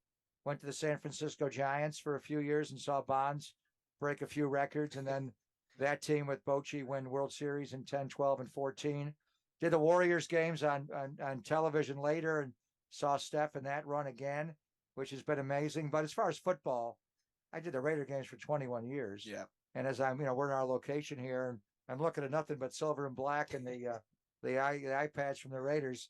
And now my 4th year with the 49ers. So every scenario is different, every challenge in life and experience. So, I mean, I take a little bit, in my heart for all the situations I've been in, but more than anything, yeah, they're teams and they have colors and great histories, but the people you meet, whether it's a coach, a player. I mean, David Robinson's one of the finest human beings I've ever met in my life. He's just an incredible person. Al Davis, and my relationship with Al doing the Raider games, he was like a second father to me. So he and I were very close until the day he died. And so it's the connectivity. Greg Popovich was the guy that brought me to San Antonio from my time with the Warriors when he was with Don Nelson and his staff. So it's been an interesting career all these years later, but mainly it's moments in time. It's, championships, lost championships. The 49ers, we've had our heart broken 3 of the last 4 years in the Super Bowl. This is 2 straight years. I had to come here and do Radio Row like I'm happy. And the 49ers aren't with me, and we lost a championship game before. So a little bit of that, competitive nature, but really it's about people, meeting people like yourselves. I was the young guy seeking advice from older people coming up. I was hired at age 21, and I'm the youngest full-time play-by-play announcer in the history of American sport. Marv was 20 when he did some fill-in stuff with the Knicks and Marty Glickman. So as you guys, embark on your careers, you don't necessarily have to go to a small market. Maybe you can wind up whatever league you want to be in. So it's the connectivity of me seeking advice from Vin Scully, Chick Hearn, Marv Albert, people that touched me. My brother was a sportscaster in Philadelphia. And then for me to pay it back and try to help you guys find the right path. But just don't take my job. You know what? You can take my job. Just send the money. Oh, I think I need it. I'll gladly take it. But Yeah. beyond that, you can take the job. Well, first off, again, we appreciate you coming on, but you've mentioned it, the 49ers were a game away from you being in a very different spot. So I think if you had to do it over again, you'd call one timeout, talk to you guys upstairs, try to get the expedited review, which we keep reading about, but do they actually do it? So that play, right, if that play does not occur, it was a 4th down and 3 on the 35-yard line. If they don't hit that, the 49ers take the ball at that spot. Now, revisionist history, does Brock Purdy get hurt? Are you in the same situation? Now, Kyle does script plays. Yeah. So he may have called the very same play where Hassan Reddick came around Tyler Croft and hit Brock in the UCL, which caused the injury. He may have called something else, but it may have gone off the call sheet. So that may have occurred anyway. But then you get into that scenario where it's not just a moment in time and a 7-0 score and you get the ball back on your 35-0-0. But it may be Brock Purdy never gets hurt. And then I ask you, what happens in the game if the 49ers are playing a quarterback that's not the fugitive, the one-armed man, and the one arm that works is his left arm, and he's a right-handed guy. So it changed the whole game, that play. But, going into that game, I had great respect for the Philadelphia Eagles. And there were times on the Saturday before where I thought, this is going to be a hard game. Yeah. This is going to be a difficult game. And I had great respect for their ability. So what's hard is you felt like you never had a chance to compete in the game, which is what our players are royally pissed at. So here's my hope. I think if the Philadelphia Eagles win the Super Bowl, they're obviously going to have the Thursday night game to start 2023. We are going to play them next year at Lincoln Financial Field. Seems like a no-brainer. They've also got Dallas. They've got Buffalo on the schedule. Don't you think the NFL, if they win the Super Bowl, don't you think they send us back in the opener to play them on Thursday night in the rematch of the NFC title game? And this time we have a healthy quarterback. And I guarantee you, you're always looking for an off-season hook to motivate guys. There's no better motivation than, guys, here's your schedule. First game is FU Philly. Who's on board? Bosa will come flying through the wall. That's the way to get them to roll into next year. So for that reason, I think I'm rooting for Philadelphia to win. Yeah. Well, talking about next year with Trey Lance, still don't know what he is. Brock Purdy hurt. Don't know what the deal with Jimmy is. It looks like he's gone. Aaron Rodgers is potentially available. Who knows with Tom Brady if he's actually retired? You're throwing the whole game. Yeah. How many more quarterbacks? Yeah. Who knows? Well, they're both from Northern California. Yeah, exactly. Yeah. Brady exactly. and Rodgers. From Sarah, Tom Brady. Yeah, right. Who's the quarterback going into next Brock year? Purdy. Brock Purdy. I mean, he's before the hit, Son Reddick, he clearly was going to be the guy. Now, Trey will have a legitimate chance to compete. That's the beautiful thing about football. I mean, I'm basing this on the Brock Purdy that beat the Dallas Cowboys and hit 6 third-down throws in the divisional. If it's that guy, then, and Trey's the guy he's been, but Trey could get a lot better. Look at how much better Jalen Hurts got in 1 year's time. Yeah. Did anybody think Jalen Hurts would do what he's doing this year based on the way he played last year? Howie Roseman. Well, did he know though for sure? No, not for sure. I don't think anybody knew. But he improved, and Trey went to the same 3D QB camp Tom House runs in Southern California. Jalen just got better. Trey's got work to do, so he'll have a chance to compete. But outside of those two now, Brady retired, so you got to take him for his word. And he said he's going to take the whole year off, not going to broadcasting. He's got more important issues to rectify. For Aaron Rodgers, you have to trade to get Aaron Rodgers. 49ers don't have any draft picks. That's true. And then his salary is ridiculous. So Aaron Rodgers, if we're just playing in the park, yeah, I'm going to take him. But there's a salary cap in this league, and it's hard. So that's just probably, from a business standpoint, unrealistic. What's realistic is Brock getting healthy. And right now, in fact, Dan Minucci, a former Buffalo Bills quarterback, a friend of mine, had a Brock on a show today. Brock's from Arizona. Dan taught him as a ninth grader how to play quarterback way back then. They have a good relationship. So I think the plan is he's not going to have the surgery this week. It'll probably be next week. And then when they open up his elbow, and that's a harsh way to look at what they do, but it is a surgery. I mean, the imaging tells you what's wrong with the ulnar collateral ligament to some degree. But until you get in there, you don't really know. And then you leave it in the hand of the doctors. I think, his family will have a say. The 49ers will have a say. But if they don't have to do the Tommy John, and then they brace it after they repair it, then within 3 months he's throwing. So he'll be around the team in May for OTAs. He won't be able to let it rip fully, but they think he'll be back for training camp. If he does have to have the Tommy John, then you go to an Oscar call and you flip the play, and maybe the rehab's a little bit longer. The only known guy in the NFL's history, Jake Delhomme, had it done at the end of his career, 2007. I had him on my radio show last week, and he was very honest about it. His elbow was bad for years. And there was one specific little check down to a fullback where the UCL just blew. He knew he had to have it. Where Brock's never had any problem with that one hit. So Jake had to have the Tommy John. But he had his in the middle of the 2007 year, October 18th. So he could come back for next year. But he said within 4 months of that surgery, he was throwing a Nerf football. And within 6 months' time, and they didn't do the OTAs and the mini camps back then like they do now. But he was a fully functioning quarterback at that time. And then by the time the season started, they went 12-4 with him as a starting quarterback. And he said, the best part of my body right now, and now he's an older man, is his right arm, because it's almost like you're bionic again. So maybe when they get in the surgery and they, we've heard baseball stories where guys throw harder when they come back from Tommy John. If he does need the Tommy John, get the Tommy John. Maybe his arm will be even livelier coming back. The mechanics of throwing a football and the weight of the football versus baseball, completely different. So, but to answer your question in my typical long-winded way, I feel like I'm Vince Scully here doing a doubleheader myself.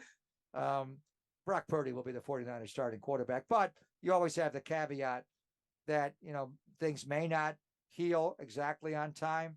Jimmy will find a new home. And then let's keep out, for if the Colts release Matt Ryan.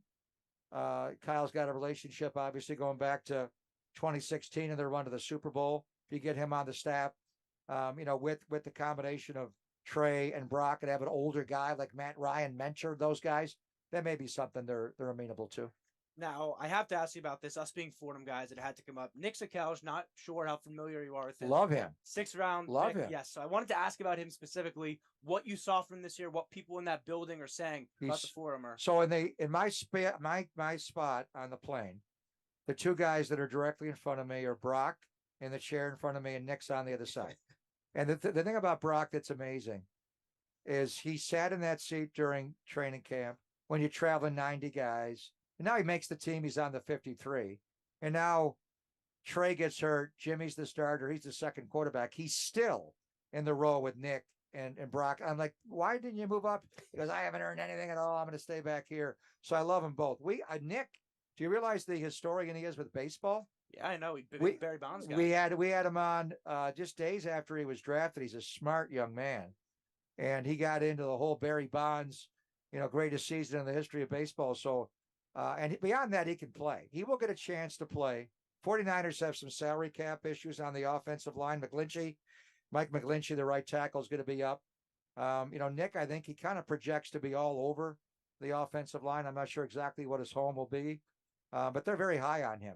And look at Aaron Banks. He played 5 offensive snaps last year. Hardly got on the field. Yeah. Laken Tomlinson leaves, signs as a free agent with the New York Jets.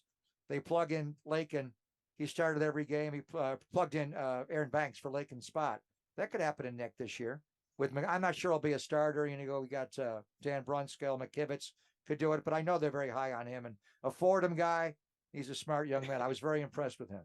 Yeah, well, real quick before we let you go, got to get your prediction on the game. I know you said you're rooting for the Eagles, but do you think the Eagles are winning it? I think this is one of the most competitive Super Bowls, going into it. When you look at their 1-loss record, they both were 14-3 in the regular season, best record in each conference, won their 2 playoff games. They scored the exact same amount of points. I think Philadelphia's defense is better than Kansas City's, but I think the bottom line here is you got 2 quarterbacks that are somewhat, I would say Patrick Mahomes is legitimately injured. He's been playing at a bad ankle. And I know he made the 3rd and 4 run, but there are a lot of throws which just were not himself. You could see him not being able to drive the ball. I mean, he's got one of the whippiest arms, and you feel like, he could be suspended above the field and still make throws. But you throw from your core and your base, and there are times he just cannot execute throws. If Philadelphia, you can see it obviously as the game goes on, his ankle deteriorates. Philadelphia knows where that's going to be. If they could cause that to be a problem earlier in the game. So if they had a fully functioning Patrick Mahomes, I would take Kansas City. Now, on the other side of it, though, Mahomes is clearly playing injured to me. Hurts is playing compromised. He's not overtly, Mahomes is dragging the ankle and he's going back in the huddle and it's obvious he's limping and he's not making all the throws. He's still making a big 3rd and 4 run to the boundary. Where Hurts doesn't he's not like moaning and groaning, but you could tell by the way he's playing the position, he's not all there. And they kept telling us you'll see it more in the run game. I think it's more in his ability to throw the ball. He's smart and he's powerful and he knows how to protect his body from it. Now, if they light him up on a big hit, that's different. They drive him in the ground, but he misses throws. that he missed some. They're all human, but quite a few times in these playoffs, he's just flat out missed throws. He hit AJ Brown on a go route, ran right by Charvarius Ward. Should have hit him right away in the game, and he overthrew him. And you could just tell there's some throws, even when he came back the first game against the Giants. The second play of the game, the deep shot on the over route to Devontae Smith, he hit him, but it was behind him a little bit. I just see a different arm slot with Jalen Hurts, where he's just not as free, and it's a little bit of, and the results are you got two quarterbacks for different reasons that aren't completely able to execute throws the way they have all year. Not but Thursday night at the Honors, they're going to finish 1-2 for MVP. I think Mahomes will win, Hurts will be second, and then Hurts will probably win the Offensive Player of the Year, maybe Justin Jefferson. But in any event, that to me makes it hard to pick. I think I would favor Philadelphia and their 9 deep pass rush, but 10 deep when you have Reddick. They have 9 linemen, but Reddick really is a part of their pass rush plan. They come at you in waves. And can they get to Mahomes early and get on that ankle? So I think I would favor Philadelphia.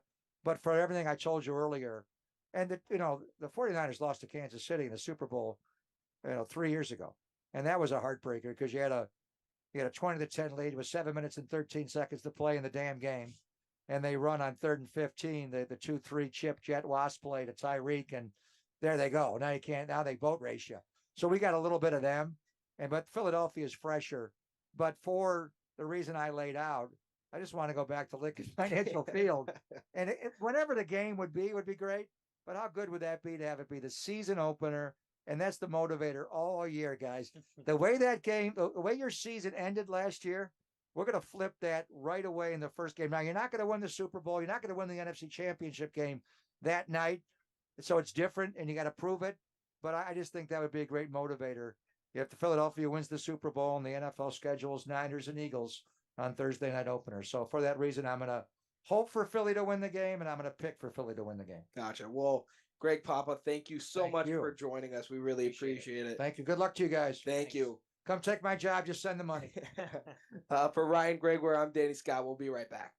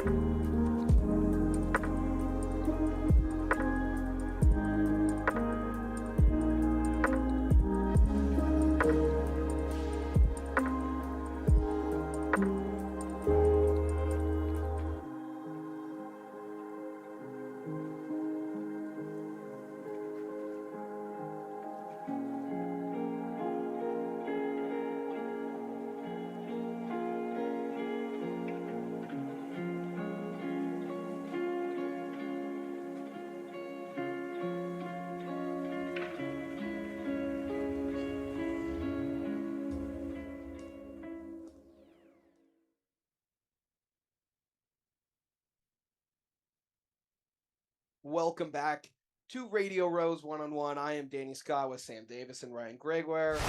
Approaching hour 3 here, but we just had a great interview with, a personal hero of mine, Greg Papa, the 49ers play-by-play guy. An awesome interview for you. Awesome interview. I was starstruck the entire time. He's telling all these great stories. And we actually got to talk to him for a while last night at our little media event. That was a lot of fun. But Ryan, what were your kind of thoughts doing that since you did it with me? Great guy. First off, really appreciate him coming on. I didn't love the Syracuse. The rivalry continued. Yeah, he fueled that fire a little bit. He definitely did. He definitely put some. We got to talk quietly too because Syracuse is right over there. They're like right on the other side of this camera. So, but yeah, I mean his insight on the 49ers in general, just the Eagles calling that game that the 49ers lose. That is the reason Philadelphia is here playing in Arizona this week. Clearly knows his stuff from all over the place. Called Barry Bonds season in 04, called Moneyball A's. Yeah. His voice, he made calls for the movie. He's done everything. So a great guy to have on. And, I guess if we want to relate it to the Super Bowl, he made some great points about why he's concerned with the Eagles, but he thinks in the end of the day, he wants them to win. He wants it to be Eagles, 49ers, first game of the year. Thursday night football. As you guys heard, very adamant on that. But the thing that I really thought was interesting, he said, was he thinks Mahomes is playing hurt. Jalen Hurts is playing compromised. And you can see that in the throws. Jalen Hurts, and it's been a theme that we've talked about today, and we'll continue talking about it. How healthy is that shoulder? He really had some good insight. Some misses that Jalen Hurts had last game certainly has looked sharper. So we'll see how much of that theme that he was talking about translates to the game. Yeah, I thought the interview was great. I thought obviously I wasn't a part of it, but just watching you guys do that and obviously being able to catch up with him, like you mentioned, Danny, at the media event that we had last night, that was an awesome opportunity to just kind of pick his brain, a guy that has been around a lot of history in sports. And I think that's a credit to not only his obviously hard work, putting himself in that kind of position to be obviously, a big time radio play-by-play broadcaster. And then those opportunities come and those kind of years come. And he just casually mentioned to us that, I was broadcasting Oakland Athletics games from, this year to this year. I'm like, wait a minute, that's during Moneyball. I mean, that's obviously a season that a movie's been made about, just a really awesome story there, winning, breaking a record in the American League at the time for wins, all that kind of stuff that came out of that season for the Athletics. And then, his time, calling Barry Bonds, a lot of people say one of the greatest hitters ever in the game of baseball, to broadcast those games, to be a part of those Giants seasons and all the success that they've had.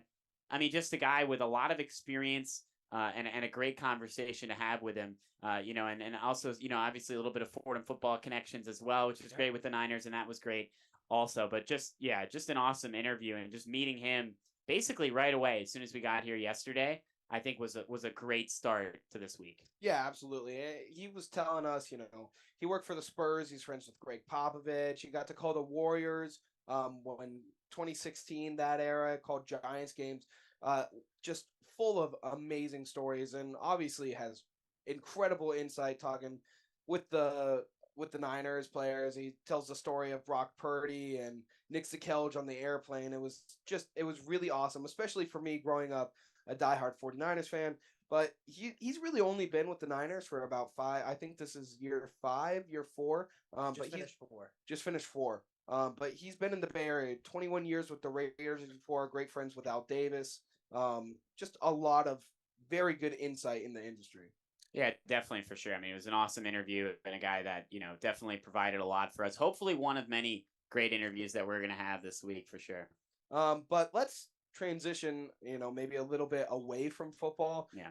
There was a very large milestone that happened last night. About the biggest you could have, at least in the NBA. The biggest certainly that you could have. LeBron James broke the scoring record last night, which is absolutely insane. Broke Kareem's record. It's what 38 and some change. I don't know the exact over number. 38,000. Over 38,000 points, which is absolutely ridiculous. He had a 38-point game. I thought that's what you were talking about. 38 points. But an amazing record for an amazing basketball. 38,387 points, just to be exact there. Yeah. That's the number there. And when you think about that, it's a big number. But then when you really realistically think about it, and I think it was a graphic, it was a short video where it had every year LeBron James, every single shot, like the graphic of the ball going in the hoop of all the different shots. You know how if somebody hits a home run or the splits of a home run to all the different parts, you see where they all go as the ball leaves, kind of in a graphic. That's what it was, but for every single LeBron James shot across his career.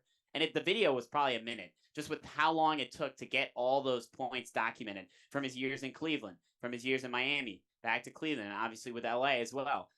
That, to me, just kind of set home realistically, okay, this is 38,000 points. This is number one in the NBA. What this guy has been able to do in terms of career longevity has been inhuman almost. It's been something that we've really never, ever seen before. And I think that's something that we really need to step back and remind ourselves that, every time that we see him play on television, even at the age he's at now, we're watching one of the greatest NBA players ever to do it. And I think that this scoring record really shines light. Not that there was any attention off of LeBron, but it puts the attention onto him, which is certainly well-deserved for the career that he's had. I was going to say, it takes a lot to be here on Radio Row for the Super Bowl and to have a whole segment dedicated to the NBA. Yeah. But I tell you, this is one thing that you have to talk about because this is an all-time record. Everyone brings up the longevity. And the one thing I'll say is the people that push back on LeBron are the ones who say, well, he's played, so long and whatever. That's why he's so good. But he's top 5 all time in points per game. This isn't a guy who's just able to get this record at a sheer volume.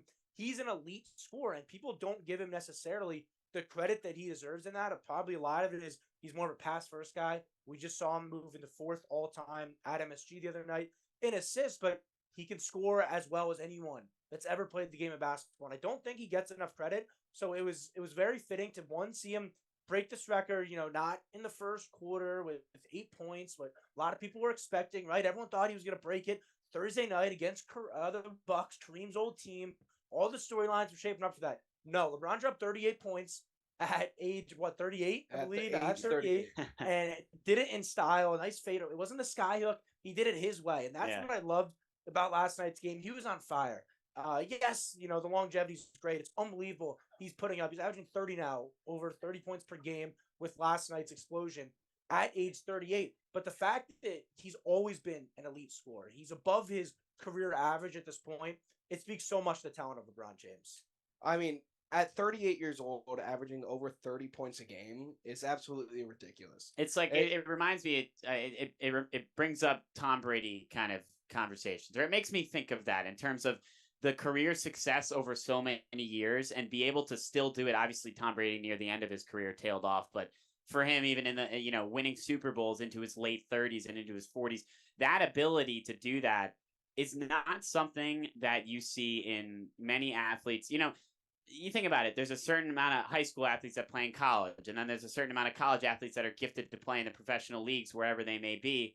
And then there's those 1 or 2 guys in those professional leagues that just stand out above the rest. And LeBron James is obviously one of those guys. Just literally what he's been able to do over that longevity of his career and putting up these numbers at that age, it's unprecedented. It's really something that we've never seen. Well, that's something that I want to talk about. It's not only been longevity. We've seen players play for a long time. We saw Vince Carter play for 45 seasons? It felt like they're at the end of his career. Like, I heard you, and then I was like, wait, what? No, well, at first I thought he was saying 45 years until he's 45 years old. It's like 45 seasons? Well, yeah.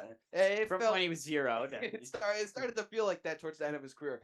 But it's been the longevity combined with the consistency. For his career, what is he averaging? 28 points per game? I'll get that for you. Yeah, 27 points per game in his career. It's 27, 7, and 7, I believe. Yeah, that's... It's absolutely ridiculous for an entire career. And at age 38, averaging over 30 points a game, it's it's alien. It's what we're talking about with Patrick Mahomes earlier in the show. The what he is able to do on a basketball court just cannot be matched maybe ever again. So Danny, I had the stats up here, which is why I thought of this. So at age 21, he was averaging 31 points per game. Yeah. That was the most he's ever averaged in his career. He's had a couple of other seasons where he's averaged 30. I mean, he's averaging 30 right now at age 38. Yes. So that's 17 years. I mean, we've been alive for only a couple of years longer than that. And he's been putting up consistently 25 to 30 points over all of those years, and now reaching that 30-point mark as of now, which is up, near the top of his career and what he's been able to do. That is unbelievable. It's you can't even comprehend it. And I know there's a lot of conversation around LeBron versus MJ, and that's always kind of the debate, and it always comes back to that. The one thing that you can say LeBron has and MJ doesn't is that success in the later years. Obviously, MJ, near the tail end of his career, retiring and then coming back, and then obviously tailing off in the last couple of years with Washington, not having the seasons that he was having in his prime. But LeBron has been able to keep that up from 19 in 2003, a guy that came in as a highly touted, obviously recruit right out of high school.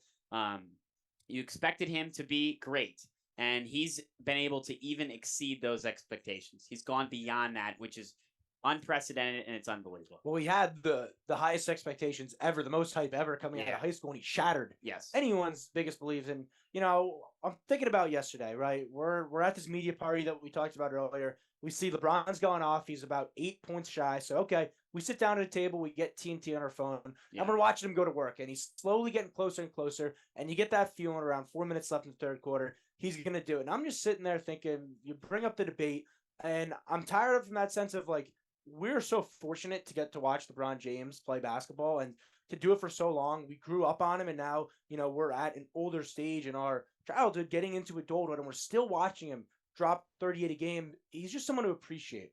I think the debates, and that's the classic, the way everyone wants to rationalize it. He does this. Okay, how does this compare to Jordan? How does this compare to this person? But I'm at the point, and, who knows how many more years we have of LeBron. Clearly, he can. His body's in, everyone always says it, his body's in the right place. It's his mind is going to be when he retires, when he decides he doesn't love the game of basketball over everything else. I don't want to take him for granted at all. I just want to enjoy watching him play basketball, because what he's doing right now, you bring up unprecedented.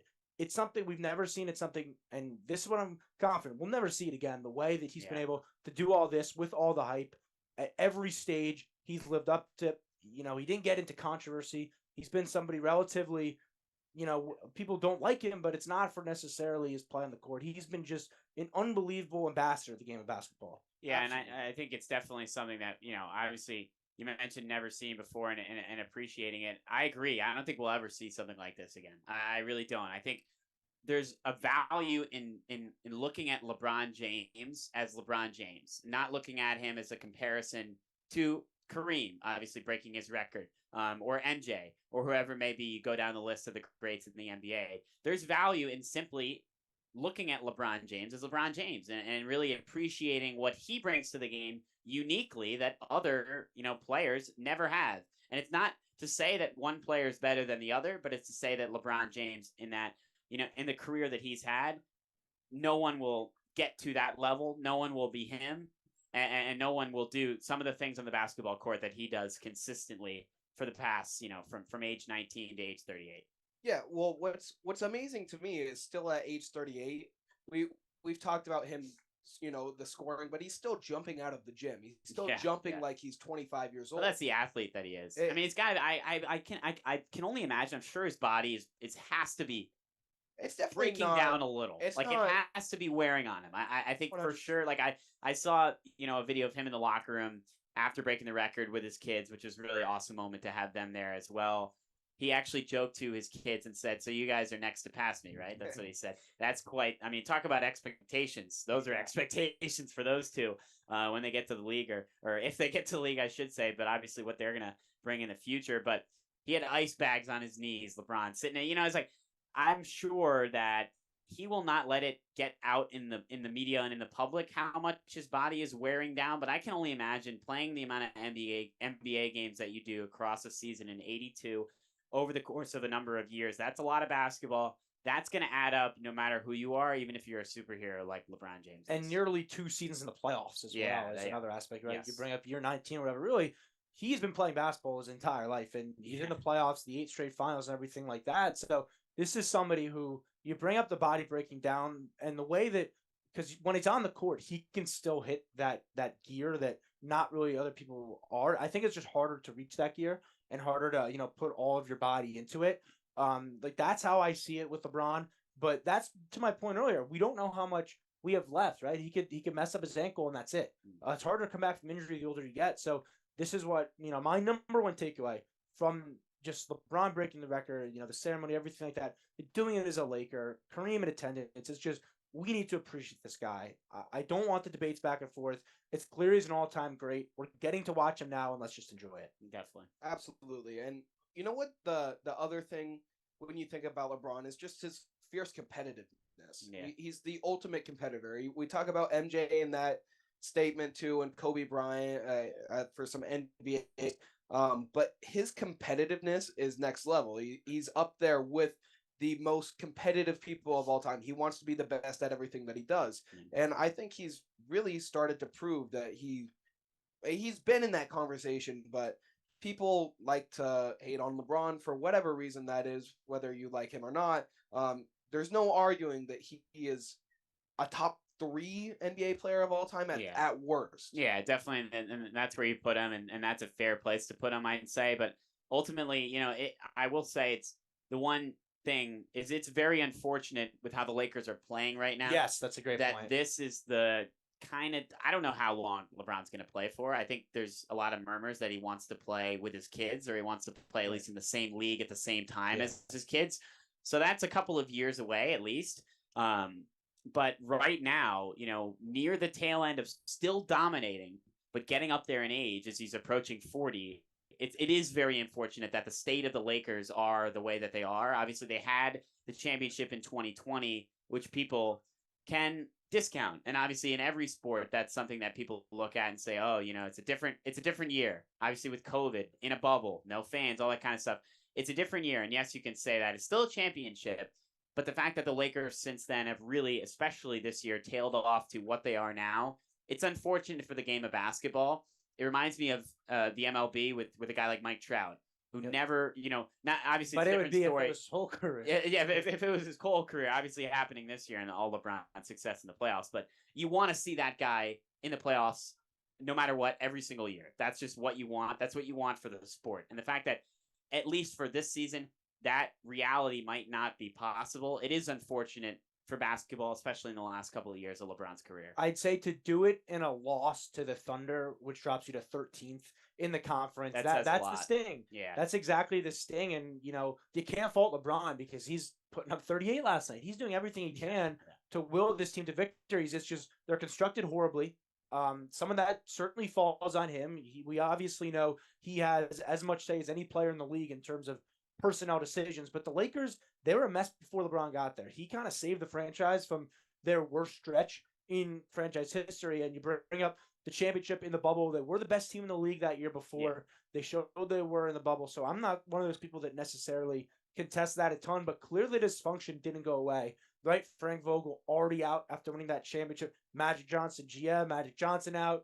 Rob Pelinka, there's so much that has happened since he's became a Laker. Kobe Bryant passing away, he had to carry that torch over. I think that's where he really became a Laker. The respect that fan base got for him after he had to take the mic in front of a hurt Staples Center. But the team, in terms of the roster, they blew their chance with all the young guys. This is the team they're stuck with.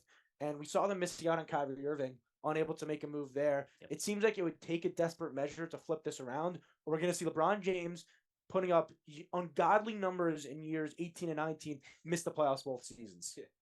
Well, I think we are going to take a quick break. When we get back, I think we have a Ryan Leaf interview coming up. It'll definitely be at some point for the rest of the show. At some point. If not, we'll see you guys in just a couple of minutes.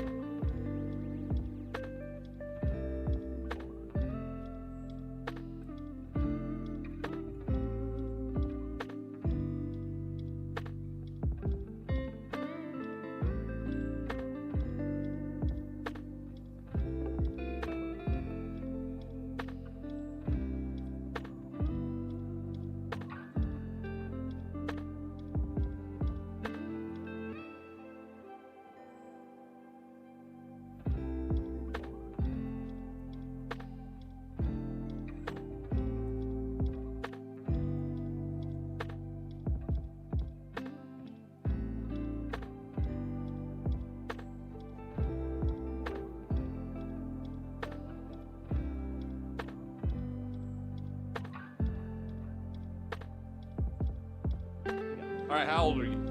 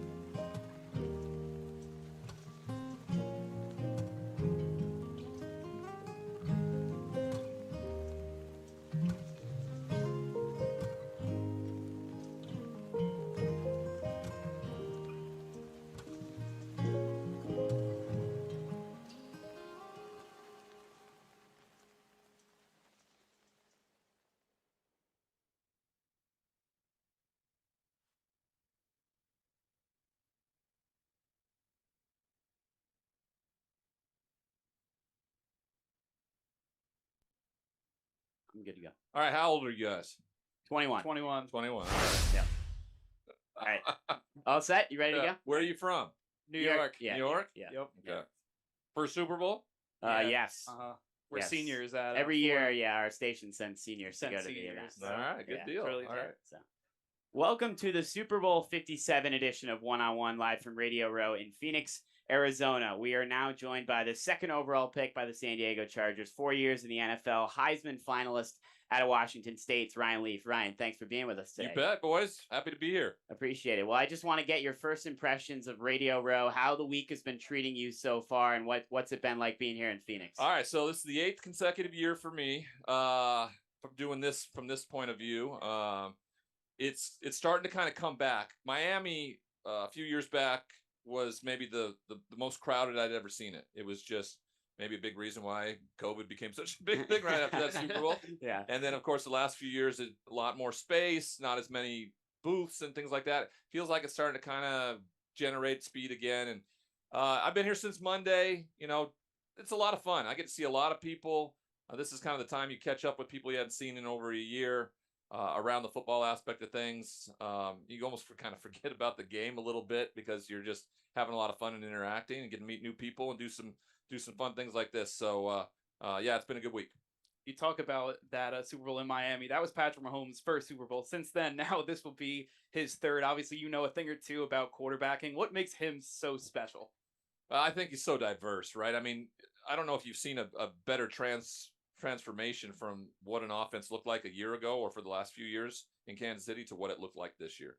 And instead of regressing or having really struggled with that transition, he's flourished in it. In fact, he's probably going to be the MVP of the league when the season's all said and done.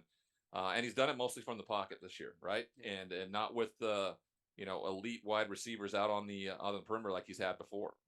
Ryan, I want to ask and go back to, the year for you, Heisman finalist, like I mentioned at Washington State. Just take me through that season for you. How did you feel, or why do you think you were so locked in that year and obviously had such a good season? Well, it's my teammates. I had 5 wide receivers and it's rare that you have 5 guys, and we would spread the teams out, and we'd have all 5 of them out there on the field at one time. My head coach was incredibly smart. He was the first really inventor of a one-back spread system, and he did it so well. He produced quarterbacks like Mark Rippon and Drew Bledsoe, myself. He's really, really, really smart when it comes to what to do offensively. And then I had been with the guys for a couple of years now, right? And been in this offense for 3 years, and we were finally given an opportunity to kind of, you take the handcuffs off a little bit, and away we went. And then I think a big part of it is how we started the season. He scheduled it a little differently. We opened the season with UCLA and USC in conference, which was a huge deal, and we went and won. We won them both. And that really kind of propelled us, gave us that confidence. And we went the entire year, won the championship for the first time, played for the national championship, of course, and all the things that came with it. He was coach of the year. I was, first team All-American, a Heisman finalist with 3 guys that would go on to play in the NFL and become NFL Hall of Famers. So it was a really special year, one that I look back on fondly. And looking at, the college game and even the pro game back, when you played, how different is it then compared to now? Well, the pro games become more like college football, really. And I think that's a big reason why quarterbacks making the leap from college to pro have had more success early on. Is just because the game has gotten more spread out, because it's become more about offense. Back when I was playing, defenders didn't have to worry about whether they touched the quarterback or not. They were going to take their head off, right? They could do whatever they want, and you couldn't go across the middle of the field without getting decapitated, right? So all of those things have changed, and now it allows for the quarterback, to have a different kind of skill set and be much more efficient and much more successful from the pocket than they ever could, in the mid to late 90s. Ryan, you talked about, your receiving group and your offense at Washington State. I know you know a lot about offense, but also as a quarterback, you know plenty about defense as well. And I want to talk about the Eagles defensively in this year's Super Bowl. How much pressure and how problematic is it for a quarterback to face such a dominant defensive line like the Eagles bring, and the pressure they're going to try to present on Patrick Mahomes? Well, it changes what you're going to do offensively. I'd expect to see Kansas City get the ball out of his hand really quick early on, right? Really get after those defensive linemen who are just tearing off the line of scrimmage, getting the ball out of his hand before they can actually reach him. Then they have to turn around and run sideline to sideline to try to make a tackle, right? Get them winded, get them tired, make them feel uncomfortable because and not have that confidence of getting to the quarterback and getting them on the ground like that. Whatever's going on in their mind, that just bolsters, gives them more adrenaline or whatever it does when you get a quarterback to the ground and you've done your job. So I expect to see a lot of that. So it changes what you do offensively, because I think they would like to have Patrick Mahomes sit back there and maybe kind of purvey and survey what's going on defensively, but you just don't have the time with this defensive front getting after you. Moving over to the offensive side for the Eagles, Jalen Hurts, phenomenal quarterback, but his first Super Bowl, kind of his first big run to the Super Bowl. You played in a lot of big games, college, pro. He did too, but in those big games, what are the mindset in the week leading up, the days leading up to that game? Well, I think you're anxious. You want to play, So I think for me as a player, I just wanted to get hit. So Coach would in the script, either the first or second play, he would call some sort of quarterback draw or something for me where I could feel the contact, feel the dirt, on my knees or in my hands and stuff like that. And then I was ready to go. And I think that's kind of the same way that Jalen goes about his business. We'll see how much they set up the running game by throwing early like they have all year long, how healed up that shoulder is for him. We're going to find out a lot in the first quarter about both quarterbacks and how, fully healed they both are. Ryan, now working with PointsBet here, I'm very curious. Going into this game, give me a pick that you think is obviously something that you're confident in, something that you would ride with, maybe a favorite, or something that maybe you might steer away from, maybe a certain selection or a pick you might. Anything can happen in a Super Bowl. Yeah. So you never quite know. This year the line's so so near a pick 'em. A money line might be the best way to go if you feel good about a team, simply because you'll get a better value. Especially if you go with the Chiefs the money line, you'll get a little bit of better value. I like the Eagles minus the 1.5. I think that they're the better football team ultimately. The defense gets to Patrick, kind of makes him make some mistakes, similar to what happened in that Tampa Bay Super Bowl a couple years ago, where he was on a bit of a bum leg too. The difference in that game, the offensive line was really depleted. Not so much in this year. They have a really good offensive line. So I think this game's close. Philly wins by a field goal late. Sam Davis and Andrew Galata with Ryan Leaf. Ryan, thanks for taking some time to be with us. Appreciate You bet. it. You guys keep it up. It's awesome to see a 21-year-olds, man. What the hell was I doing at 20? bigger things. Playing quarterback in the NFL. I guess, Yeah. right? Nothing to slouch over for sure. We'll be right back with more one-on-one. Stick around.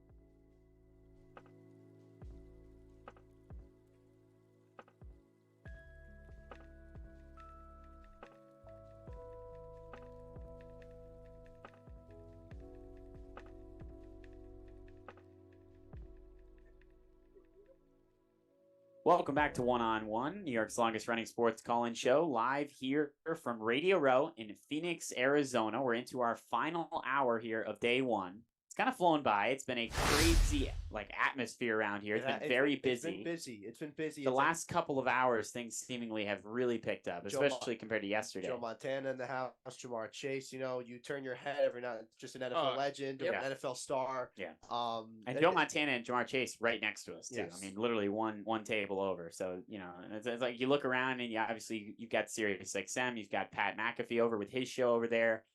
There's a lot of people here. Great interview with Ryan Leaf. Great, really talking to him. It was so funny at the end when he said, "Oh, at 21, I don't know what I'm." I was thinking to myself, I was like, "Well, you were kind of looking to win the Heisman Trophy." You were a Heisman finalist. Maybe you weren't hosting FUV, but I guess I'll take.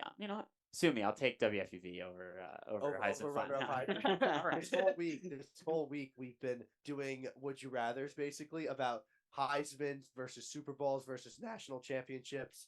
So it's funny that we actually got someone who was pretty close to him. Yeah, so that was a really great interview, catching up with him and what he's doing now, at PointsBet. But anyway, there are some, the three of us earlier in the show, we talked about looking at the Chiefs and Eagles seasons, going from, the beginning of their regular season or even from last year, and then, looking all the way ahead to the playoffs and what they found success in the playoffs. But I want to break down a couple of storylines that heading into this game, they've been talked about a fair amount, but we necessarily haven't talked about them, and they are really massive storylines. And the first one I do want to start with is this matchup at quarterback between two African-American starting QBs. It's the first time that's ever happened in the Super Bowl. They're actually also both from Texas, and Jalen Hurts and Patrick Mahomes. That's the first time that's happened. It's also stunning. That's two stunning stats, in my opinion. Yes, like those two combining to be one quarterback matchup in one Super Bowl is really, really, I mean, that's not something you see. We've never seen it before. And it's a really, Andrew, I'll start with you first. I would say it's unfortunate that it's taken this long for something like this to happen, but it is a really, really awesome moment. I think I saw an interview with Jalen Hurts where he said, hopefully a matchup like this, history like this is a motivating factor to all those younger kids looking to play quarterback, looking to come up and be like Jalen Hurts or be like Patrick Mahomes and be in this spotlight.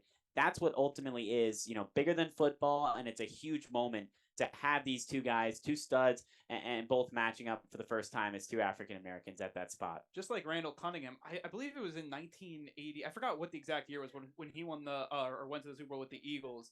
And that was kind of a big first moment for the first African-American quarterback to go to a Super Bowl. Yeah. And now to have, two of the matchups together. Yeah. To me, it's stunning that it's taken this long to have, to have two quarterbacks that are African-American. But, it's huge for the next generation of quarterbacks. And, now hopefully you're going to see more of this more and more often. And, I think both of these quarterbacks, they take it to heart. You said Jalen Hurts, same thing with Patrick Mahomes too. So, it's definitely one of those things where maybe it was a little late to happen, but obviously better late than never. Yeah. And I think it's something that, it's going to continue to happen. We're going to see it a lot more now. And I think these are two quarterbacks that we could very much see square off again in their time. I know Patrick Mahomes has been to Super Bowls before. He will be at another Super Bowl. I almost can guarantee that before he retires. This won't be his last. And then Jalen Hurts. Philadelphia Eagles are a very strong team, and Jalen Hurts, if he's starting to become the quarterback that they saw had potential to be in that front office, very good college player, had a little ups and downs with his time in Alabama, ends up getting subbed out in that national championship game, loses the starting job to Tua Tagovailoa, and then he goes to Oklahoma, and he has a chance to try to win a Heisman, and he takes the team to the college football playoffs. So just to see all of that, these are two quarterbacks that could continue to grow. Mahomes already there, Hurts getting there, and we'll see them, I'm sure, square off again in the future, whether that's a Super Bowl or not. But they're here to stay. And you talk about this trend, at this position, and then you add in guys like Lamar Jackson as well around the league, and you add in, even Justin Fields, or you go down the list, and there's other guy, Geno Smith, another guy, with the Seahawks, had a solid year, and that is just becoming the new norm in college, in the NFL, where guys are coming up, and I believe it actually, a lot of it starts in college, obviously at the college level, and these guys coming up and then finding success in the pros. And there's no reason why we won't see this trend continue going forward. And it's really great for the sport, and it's great for the game in the NFL to have, these guys in that leadership position, because ultimately, as much as we talk about every position, and we talked about the defenses for both sides as well, the quarterbacks are the stars, and the quarterbacks for just about every team in the NFL is the star, and rightfully so, with how important they are to the offense, how important they are as a leader of the team, and how important they are, just overall to the game of football. So to have two guys like this leading the way, obviously a stud in Patrick Mahomes and a guy who, will be in the Super Bowl going forward and has already been in 3 times now, and Jalen Hurts coming up and really showing some crazy signs of improvement to look forward to going on in his future. Those two trends and looking at these guys and what they're going to do going forward is really exciting for the game of football for sure. Oh, no, that's definitely, the case. You couldn't really have said it any better of what, these two quarterbacks have meant to, this generation and the next generation to come. And also talking about Texas as well, like two quarterbacks coming from Texas, first time ever. Yeah. Like to me, that's baffling. Yeah, especially considering how Texas football is. I mean, high school football in Texas, and they're playing the state championship in the Dallas Cowboys stadium, and like football there is massive. I mean, it's bigger than anything. So that's a great point too. I didn't even that's part of this kind of storyline that a lot of people, I would say, overlook somewhat. Is that both these guys coming from Texas, which is really cool for that state. And a really cool opportunity. But a couple of other storylines I want to get into. The other one is the Andy Reid Bowl. There's some connections in here between both teams that are very interesting. And right there at the top of them is Andy Reid, obviously coaching against his former team.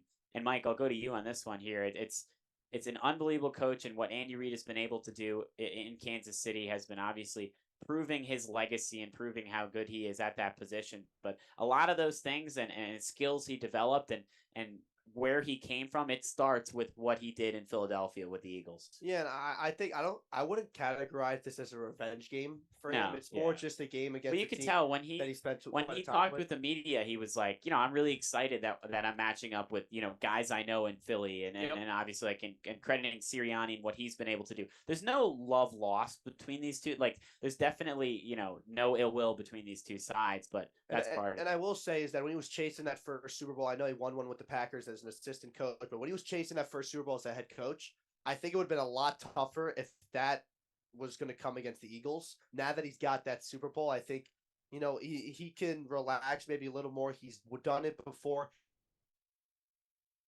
His former team, a team that he was a head coach for many years. I don't think it changes that much to the game. I think we're mentioning three storylines.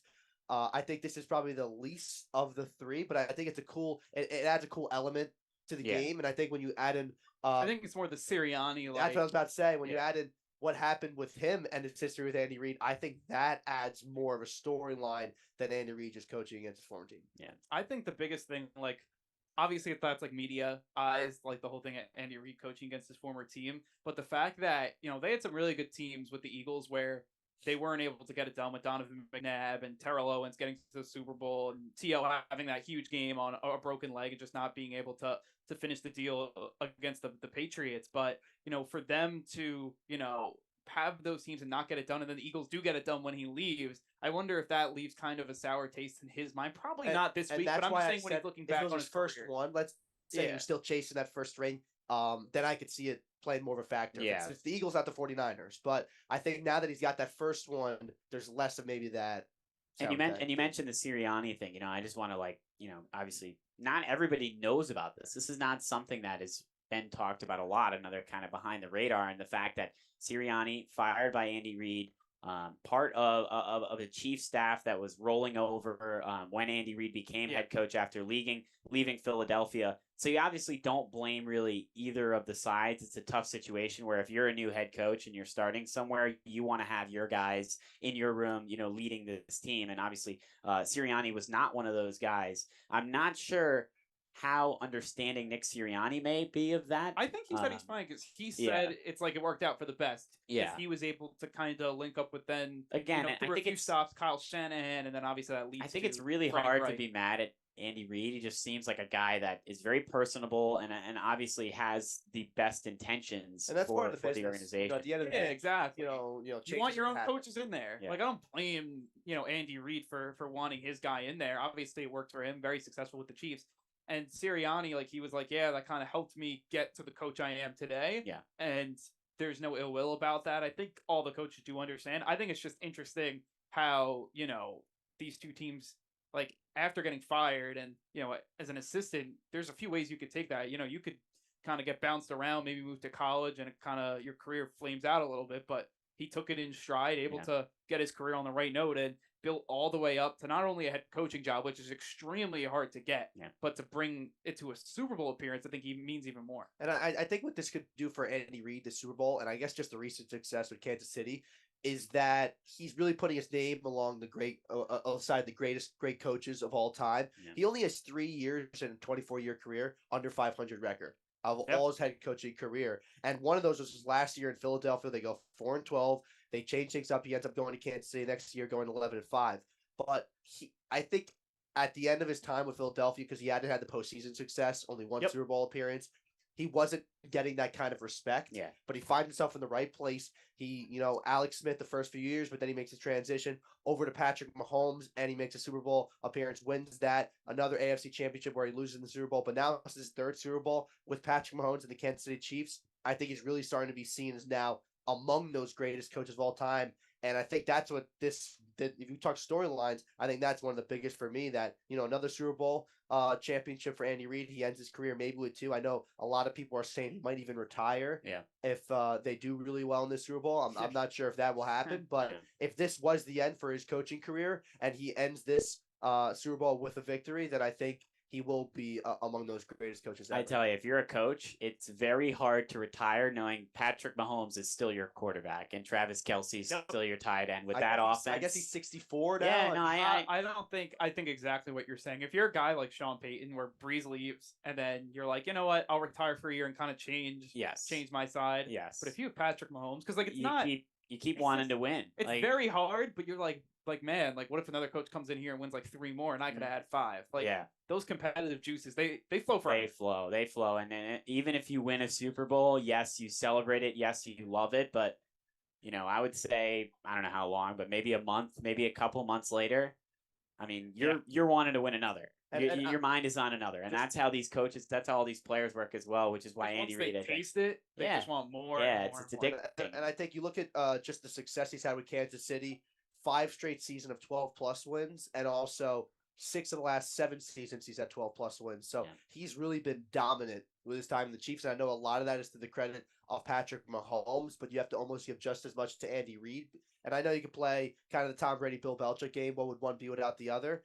But we've seen Andy Reid, succeed with other quarterbacks at the position, and I think that just shows you how good of a coach he is. Yeah, and I think it shows you how good of a coach he is, and then when he gets paired with a guy like Mahomes, it puts him over the top, and you definitely need both to be successful. If you're a great coach, you need good players. You can't just be a great coach, and that's certainly what the Chiefs have with Mahomes and Andy Reid. But I want to get into the third storyline here that we have, and it's one that's also been talked about a lot, but definitely worth bringing up and talking about for us as well. And it's the Kelce brothers. It's the matchup between Travis Kelce and Jason Kelce. Those two are going to go at it.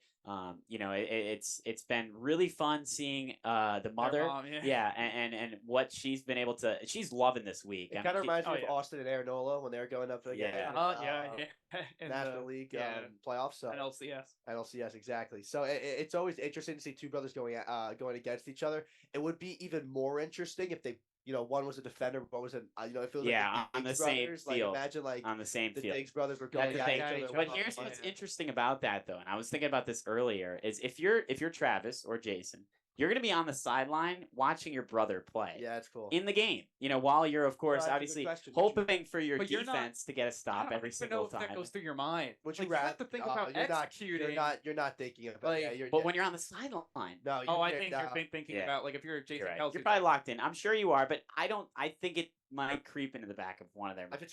If Travis Kelce catches a touchdown in the end zone, Jason Kelce on the sideline. He's not thinking. How do you avoid that? Okay, but he's not going to be like, oh, some random person caught a touchdown. No, obviously, oh man, but it's like he's not balling out. It's just funny. I think you're acting like he's not going to be zeroing in. No, I don't think he's going to. I never said maybe like today. He's not going to do that. I didn't say he was going to do that, but I think when it's going to be funny to think about just like what goes through his mind. How much contact when inevitably they've had, like. I think this week. I think this week. So I saw an interview with Travis, and he said that they've had some they've gone to dinner with their mother, obviously because she's here. But outside of those interactions, they haven't really been talking. I feel like the Super Bowl is so big. It's like you're not going to trash talk. You're not. No, I don't think their career. I don't think they're, and they seem like they have a great relationship as well, and obviously that's part of it also. Where after this week, it's going to be hard for whoever loses to say, yeah, you beat me. It's going to be hard for them to face that reality. But eventually, I feel like ultimately they'll look back on this and think, wow, what an awesome experience, and especially for their mom being able to share the joy with at least one of your sons. If you're the mom, you ever win for Jason just because he doesn't have one yet, or is it I want both. No, but Jason Kelce has the ring.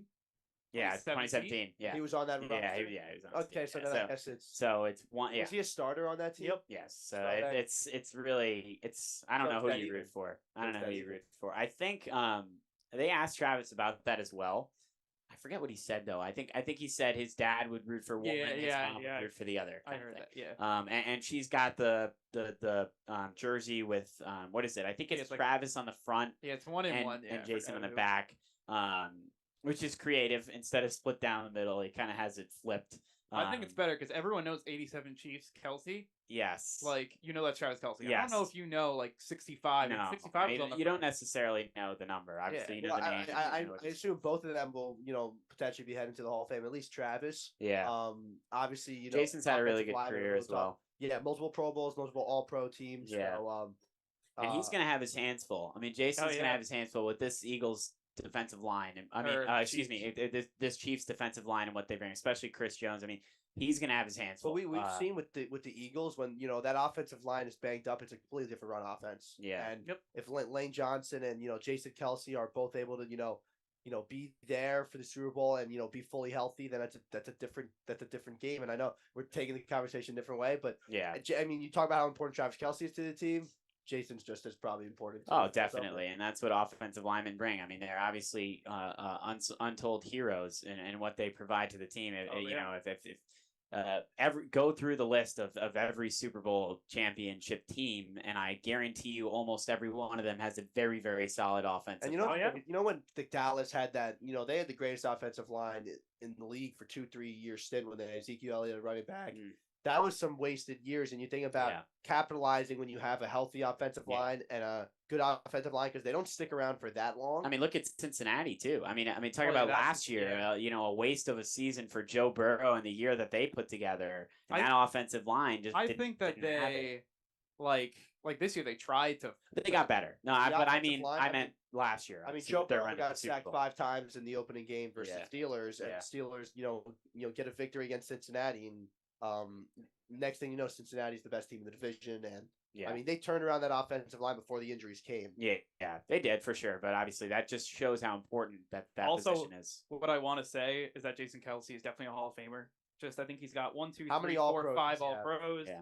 First team All Pro. 5 All Pros, and then maybe 2 Super Bowls. And obviously, he already has 1. So, and has 1 Super Bowl. That's a pretty good case. Also, let's retire at the same time. Started together. He's only missed. Well, he's older. He's a 6th right? rounder, Mike. He's older. The last time right? he missed the game, 2011 is his first year. I'm looking at stats right now. I'll just look up. His last missed game was in 2014. So Jason is 35, and how old is Kelsey? I think they must be right at 33. So it's right only 2 years. Yeah, so right around the same age. Jason's got a little bit of gray in that beard coming in, so that's why I thought he was older. And it's only 2 years, but and obviously what Travis Kelsey's doing right now has just been really, really, really impressive. Think about that family though. 2 Hall of Famers possibly. That's probably unbelievable. And if you look, what are other families even like that? I mean, in the same sport, 2 Hall of Famers. Peyton Manning, Eli. And then I can't think of any others though, to be honest. I mean, that's the NFL, the Diggs brothers. At least in the NFL. No, I mean like Hall of Fame. Like 2 Hall of Fame guys. They're not Hall of Fame. They're not Hall of Famers. No. Peyton and Eli. There's definitely scenarios of father-son duos that are both. Peyton and Eli's cool as well, obviously because they're both quarterbacks. Nick Bosa maybe. Yeah. Up to that level, depending on. I guess stuff on like the that. Finishing of their careers, stuff like that runs in the family. So that's. And I was looking at this Lane Johnson, 2013 NFL draft. He was the 1st rounder, 4th overall. Jason Kelsey, 6th round in the 2 years prior, 191st overall. So I mean, these are 2 guys that have been with Philadelphia for a while. They're draft picks. They're not people they acquired from other places.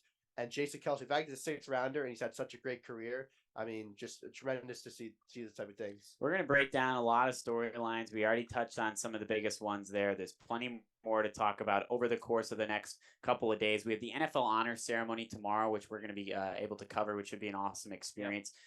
2 of the MVP candidates are obviously playing in this game between Jalen Hurts and Patrick Mahomes, among others. So that's another kind of wrinkle to this that I don't think any Super Bowl MVP, regular season MVP has ever won. Yeah, we talked about this Super Bowls. earlier. So that's Ryan was Like, saying is that, yes. like, it happened since since it happened in in the turn of the century. It hasn't happened. Yeah. like what happens? Like you don't get MVP, you get MVP. do you want to? I mean, Like, does that Mahomes affect- most likely is does going that to win has to affect MVP, your but Mahomes is mentality, gonna at win least MVP. subconsciously. yeah, No, it doesn't. no, I don't Patrick think Mahomes, so. first of all, he doesn't I think really he's too care. locked in. For I think subconsciously it does. I don't some think, of this I stuff, think so. some of this stuff, the media obviously makes a bigger deal out of, and then other stuff I think actually does affect. Like, you don't think that fuels? I just think he wants to Hurts a little win. bit? I just think it he could wants feel these teams to Jalen win. Hurts I a think little. Hurts is the MVP. I really do. Well, he's been hurt. He's not the MVP of the league. No, the Jalen Hurts MVP of the is The league team is, with him, it's Mahomes. the team with him and team without. him. I So if Hurts plays those games, is he an MVP? here's the thing No. though. I think this You comes don't to. think so? Okay. I think I think part of your Mahomes- reason of saying Hurts is MVP is because he's someone different than Mahomes, and Right. that happens Is it- with is these it- greats. That happens also, because I think you want to. There's always a guy that comes up and rivals yeah. the number one quarterback in the NFL or whatever it may be, and that's Mahomes. And when you get that season from that guy, it's very tempting every year to say, okay, let's give it to the guy that's coming up. And you know, we've already given it to Mahomes before. Why give it to him again? I think kind of what happens is, and I think this happened with Brady too. Yeah. If there's someone like overwhelmingly like had an amazing season, Yeah, which is MVP, what which is honestly what the Eagles have done this year and what Hurts yeah, has but done.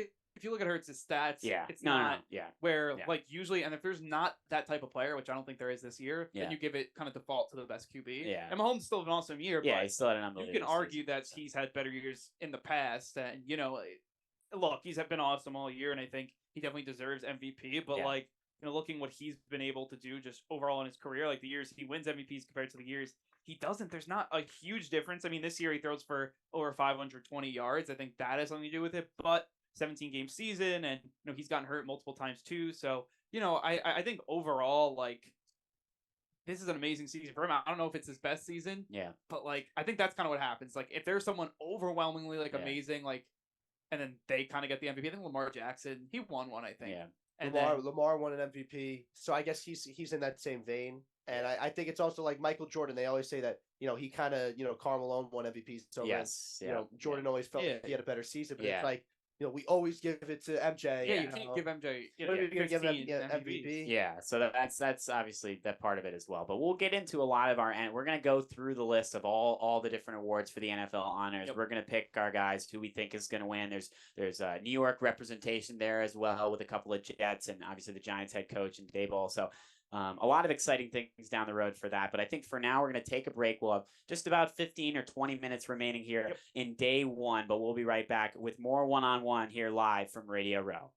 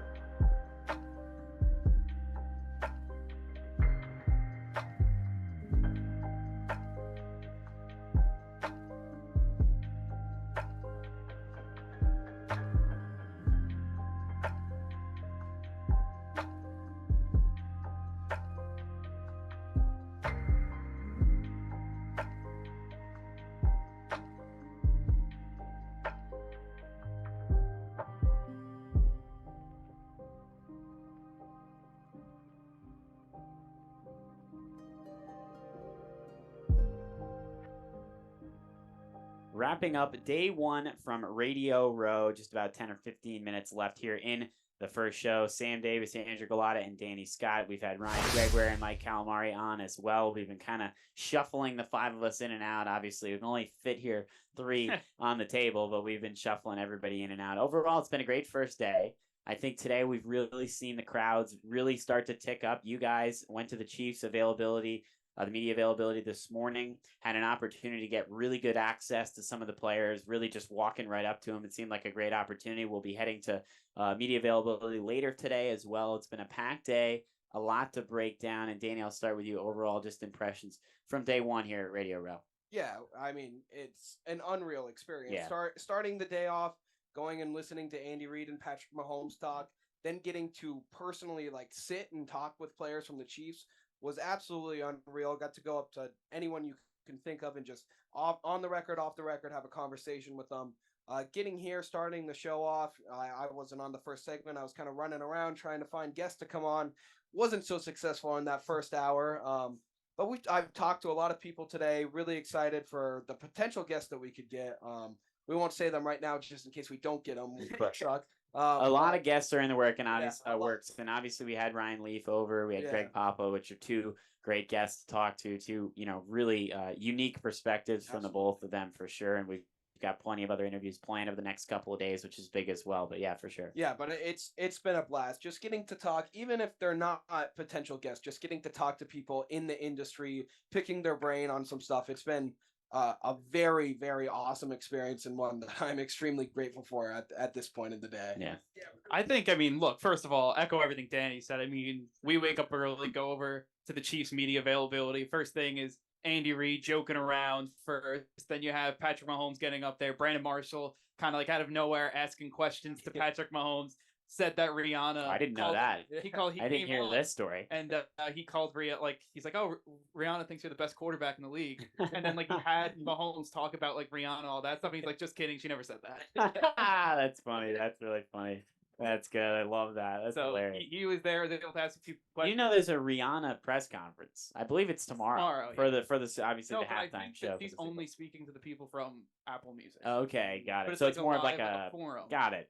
More of a still very interesting. Yeah, still. I mean, we didn't when you think about who you're going to see here at Super Bowl week, you don't necessarily think about the halftime show right away, but obviously Rihanna. And that's a big part to talk superstar. about too. Just people in pop culture, obviously, halftime show means iconic if you're able to pull it off in the right way. I think you even saw it last year with Dr. Dre and Company, where they had kind of the ensemble. That was really cool. I bet Rihanna will kill it. This is her return, but overall, just that availability was awesome. Just sit down and talk with Super Bowl players.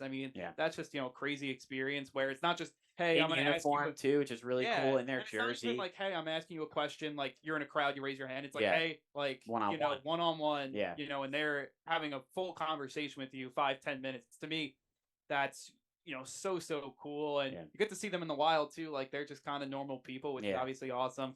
Then come over here, Radio Row is hopping really the whole day, and all the big names are out. And as I said at the beginning of the show, this is the heart of the NFL. Anyone that is covering the NFL, is doing something with the NFL, is in the NFL, they are here this week, and that's such a unique opportunity for us, obviously. And also, Phoenix has been an awesome host, I think, so far. An awesome city. For sure. They've done it before. They're kind of pros at hosting a Super Bowl. They've hosted some really good Super Bowls, which maybe we can get into a segment kind of on the history of the Super Bowl in Phoenix. That's a great idea. Yeah. But overall, it's just been an awesome experience. Phoenix Convention Center definitely, they know what they're doing here, and it's been orderly, great experience, and it's the NFL, top notch. Yeah. And obviously, Phoenix, I was going to say that they've done a great job here. It's been awesome being there. Just being out of the cold of New York City is always really nice as well. I'm glad we didn't get, a Super Bowl in Minneapolis or something like that, where that would have been obviously a lot different. But having Phoenix in the setup that we have here, these teams are a little secluded from the downtown area where the convention center here in downtown Phoenix, you have the Chiefs and you have the Eagles kind of separated from that downtown area, which for good reason, considering that there's a lot going on down here, and it allows these guys to kind of take all of those distractions out of it. Taking the trip over to that their hotel, and Yeah. scenic, beautiful. The mountains are right there. Yeah. And obviously it's out of like the downtown area, but Yes. still, like, I mean, awesome place. Yeah, really an awesome environment there. And then obviously inside this convention center, we haven't seen a lot of fans yet. That's the one thing I will say.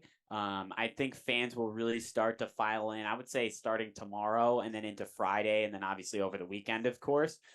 There's like the Super Bowl fan experience here at the convention center that has been very quiet. I think it opened up today, or it might be opening up tomorrow. So that's something that we'll definitely check out as well, and see what, the fans, I would say, obviously both teams far away from Phoenix, and obviously Philadelphia much further, but both teams are very far away from Phoenix. So interesting to see how the fans travel, to see who kind of has that support. But obviously it's the Super Bowl, and you're going to get a lot of people that are obviously there for the game and aren't necessarily rooting for either team with how much those ticket prices are. But still, very interesting. And I think a lot of people also will go to go to Phoenix, not go to the game, but at least just be around the environment in terms of being a fan of the Eagles or being a fan of the Chiefs, and just coming just for the environment that Phoenix brings and that the Super Bowl week excitement brings. And I'm starting to feel that buzz here, especially around the media as we get closer,